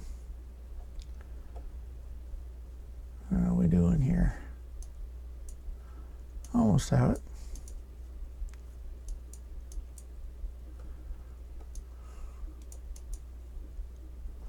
So I'm thinking what I'm going to do is feed the cats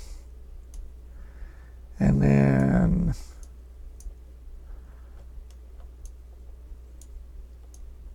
I'm going to add the camera so I can do a time lapse of this actually getting printed. And the cats just heard, feed, food, us, huh?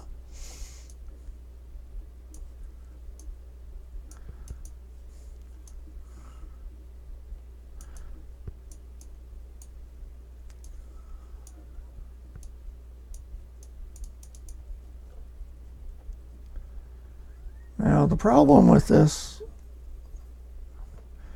is the size of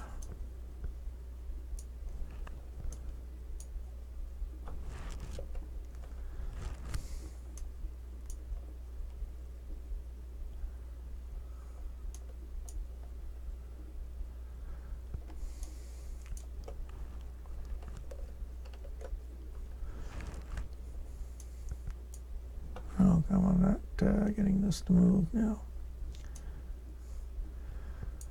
The size of the tool, because we have the square edge here, so if I want a full cobblestone floor,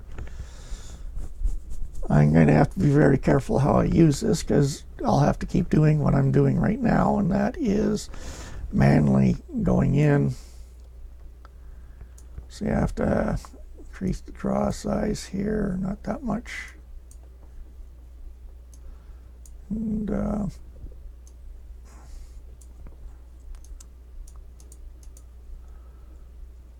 creating these.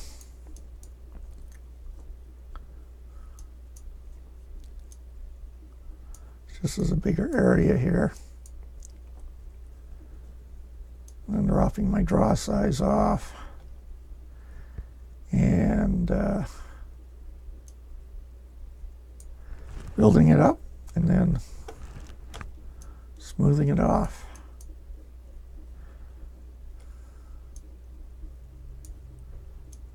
Got these straight lines, and if anything attracts attention, it's a straight line. What I'm thinking is, and this is why I'm going to have to do the print. I don't know how much of this is going to come across on an FDM print. On the SLA, yes, I can see it. And if we change brush into that one, this will give me the ability to put those sharp cuts in. And I'll smooth this off.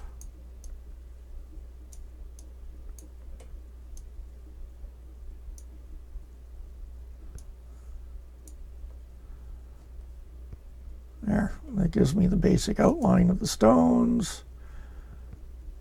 And I believe there's tools out there, or keyboard shortcuts to these brushes. It's B something. I'll have to learn those shortcuts as well. Just extend that in there. Smooth that off.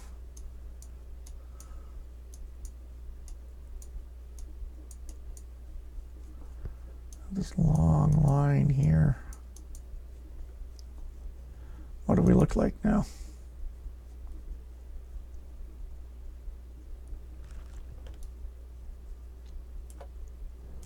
We're getting there.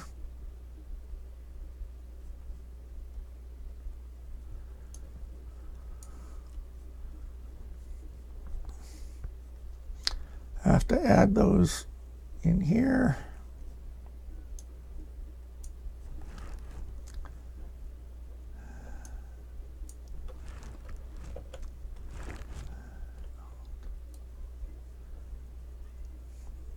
You ought to hear my cats right now. They're most put out with me.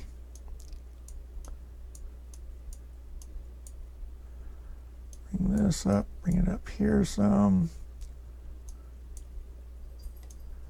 Increase the density, intensity.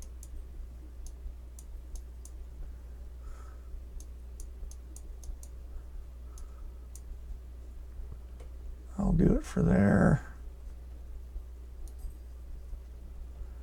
I have this brush handy and out. Yes, I don't need that intense. Once again, I'm not that concerned about an area like that.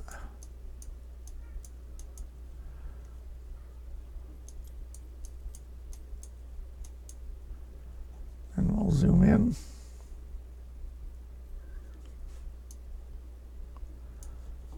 Go back to this tool, Alt key to be digging down.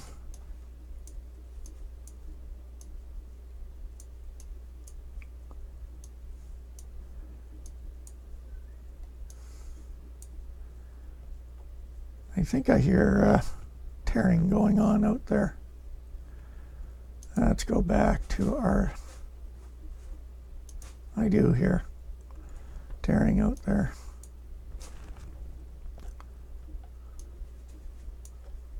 So I'll build this up by the cracks.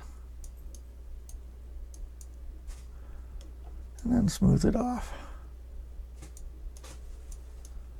Gus, what are you doing?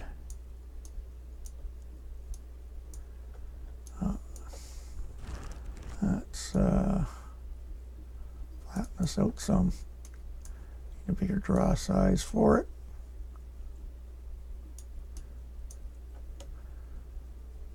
Drop our draw size down again. Build this up and then smooth it.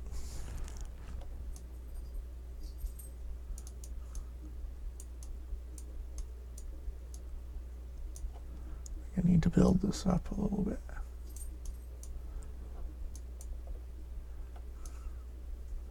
There. Can't even tell now.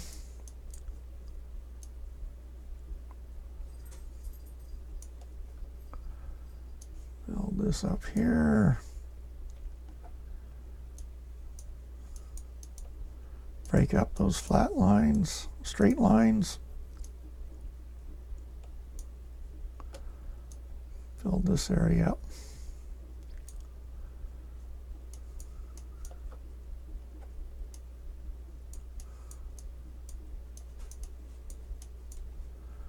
That should work for this area. More straight lines to deal with. That one's done.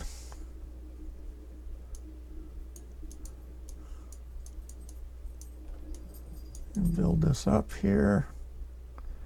And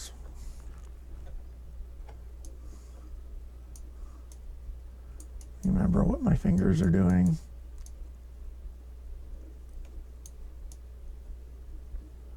That's a real giveaway there. That's a corner showing up. I'll build this up. Then take it down, smooth it. And our straight lines are disappearing. I think this needs to be built up more.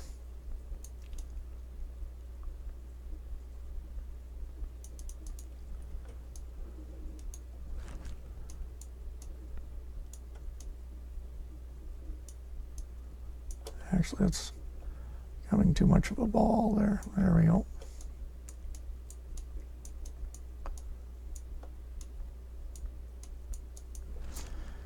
Go back to smoothing.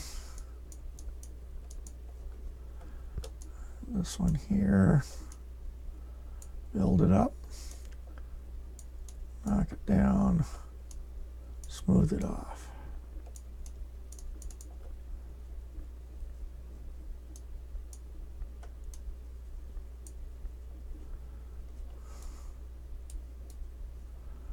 Now this stands out. Got a pimple on here.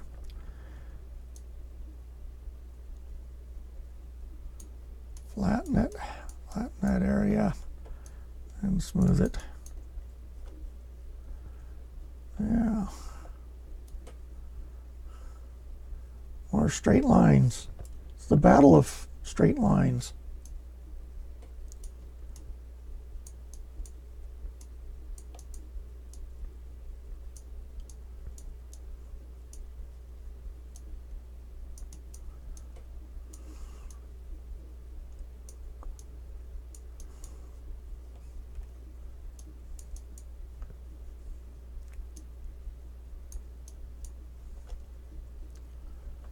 How are we doing?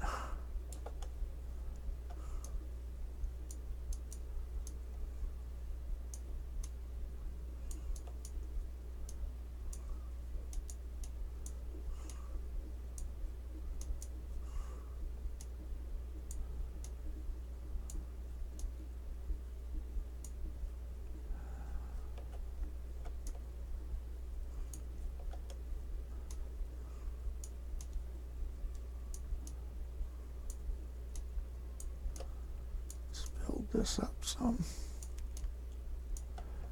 Now smooth it. We need to build that up. Knock it down.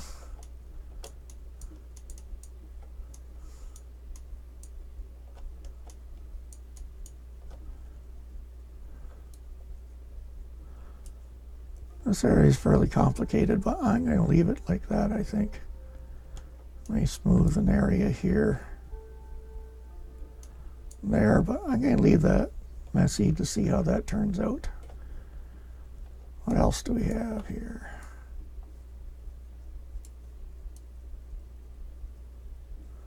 Oh, we got a blank corner. So once again, we'll build up this area.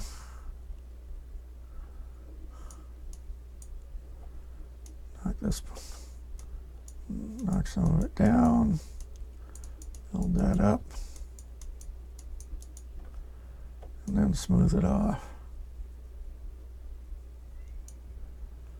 Now let's see what the whole thing looks like.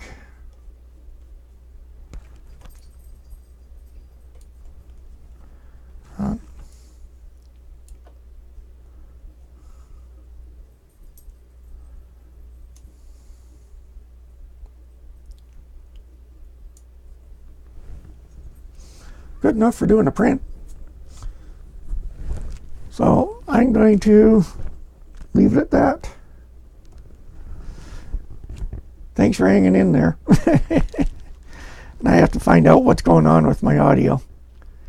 But I have to feed the cats and then hook up the camera and try to do this as a print with time lapse and see how the various textures turn out. If I missed any,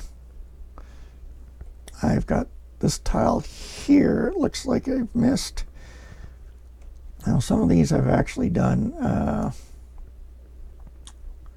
And actually they're all done. So we will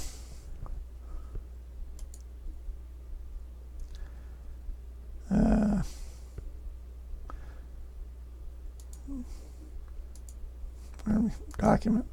Now there is a new module on here, and these are called tools, so that's not it.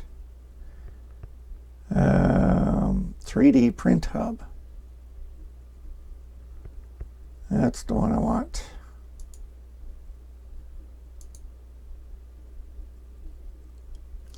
Import, size options. That's export it as an STL, and we'll see how this works.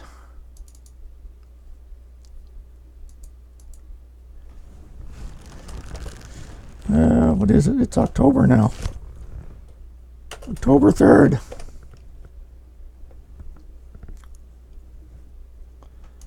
There's the STL.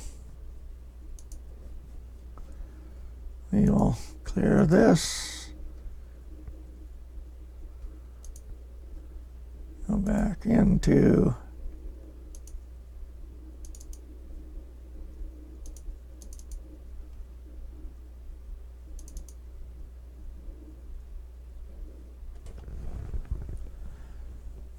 see how well this comes in.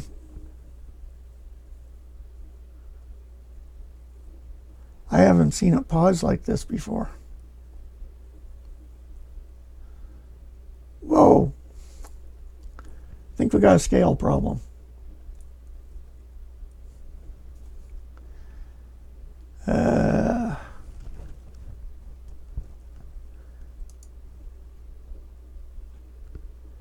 That's annoying. I'm going to have to find out.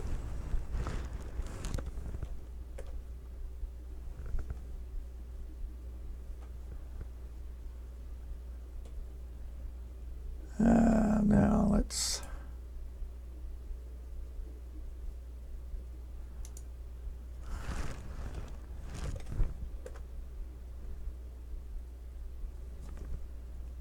there it is.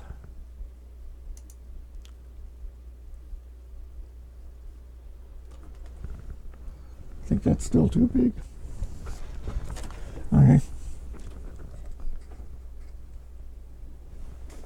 Turns out that these tiles precisely match this one. Is there a freehand scale?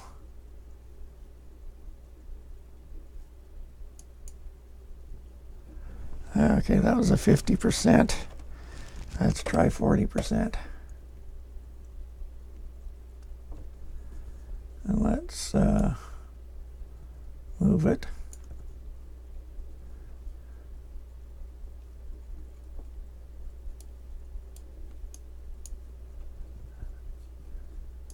Yeah. So that was 40%. Let's do another scale on this when it catches up to me. Let's go to 35%.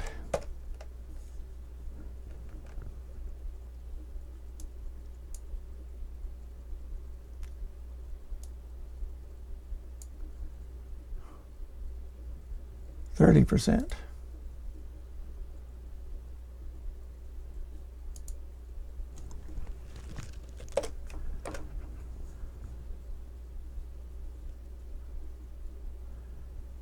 That's too small, so we will scale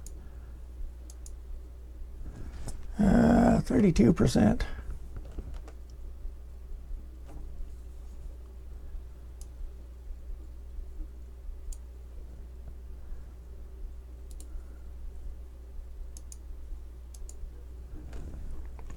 And 3%.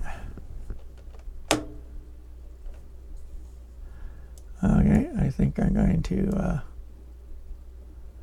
live with it as a 33%. And I am going to use my other filament. I've been using just, I've been leaving it for default, but layer height, I'm going to stay with 0.2 on here.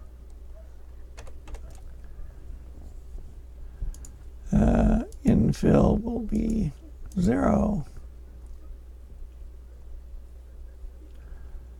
That's all I have to do with the changes for that. I'll slice it.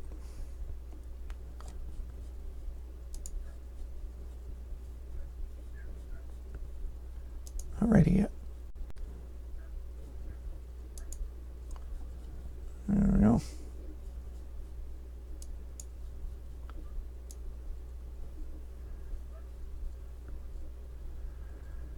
I don't like this. Oh, there we go. It's the slicer. It's the having to catch up. So that surface detail is not going to show up with this, but we'll give it a print. We'll see how it turns out.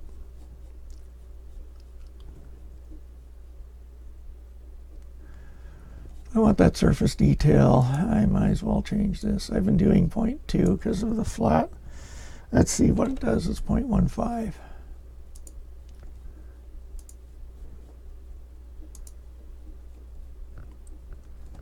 Reslice it.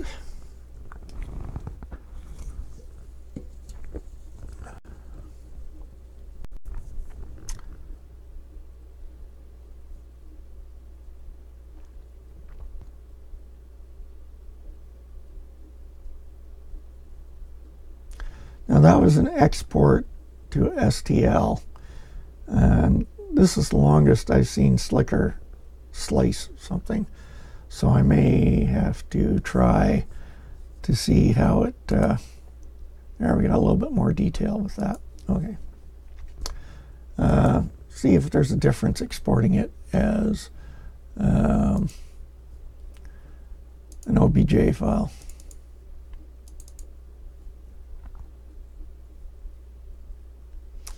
And we have my date on there, so it's sliced. We will go to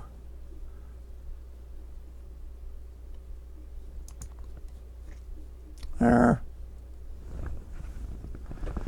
and upload the file.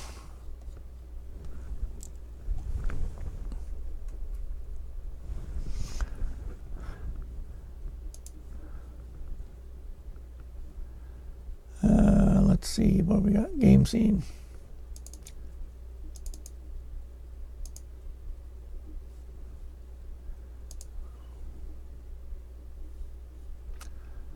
But I'm not going to load this yet because I have to add the camera.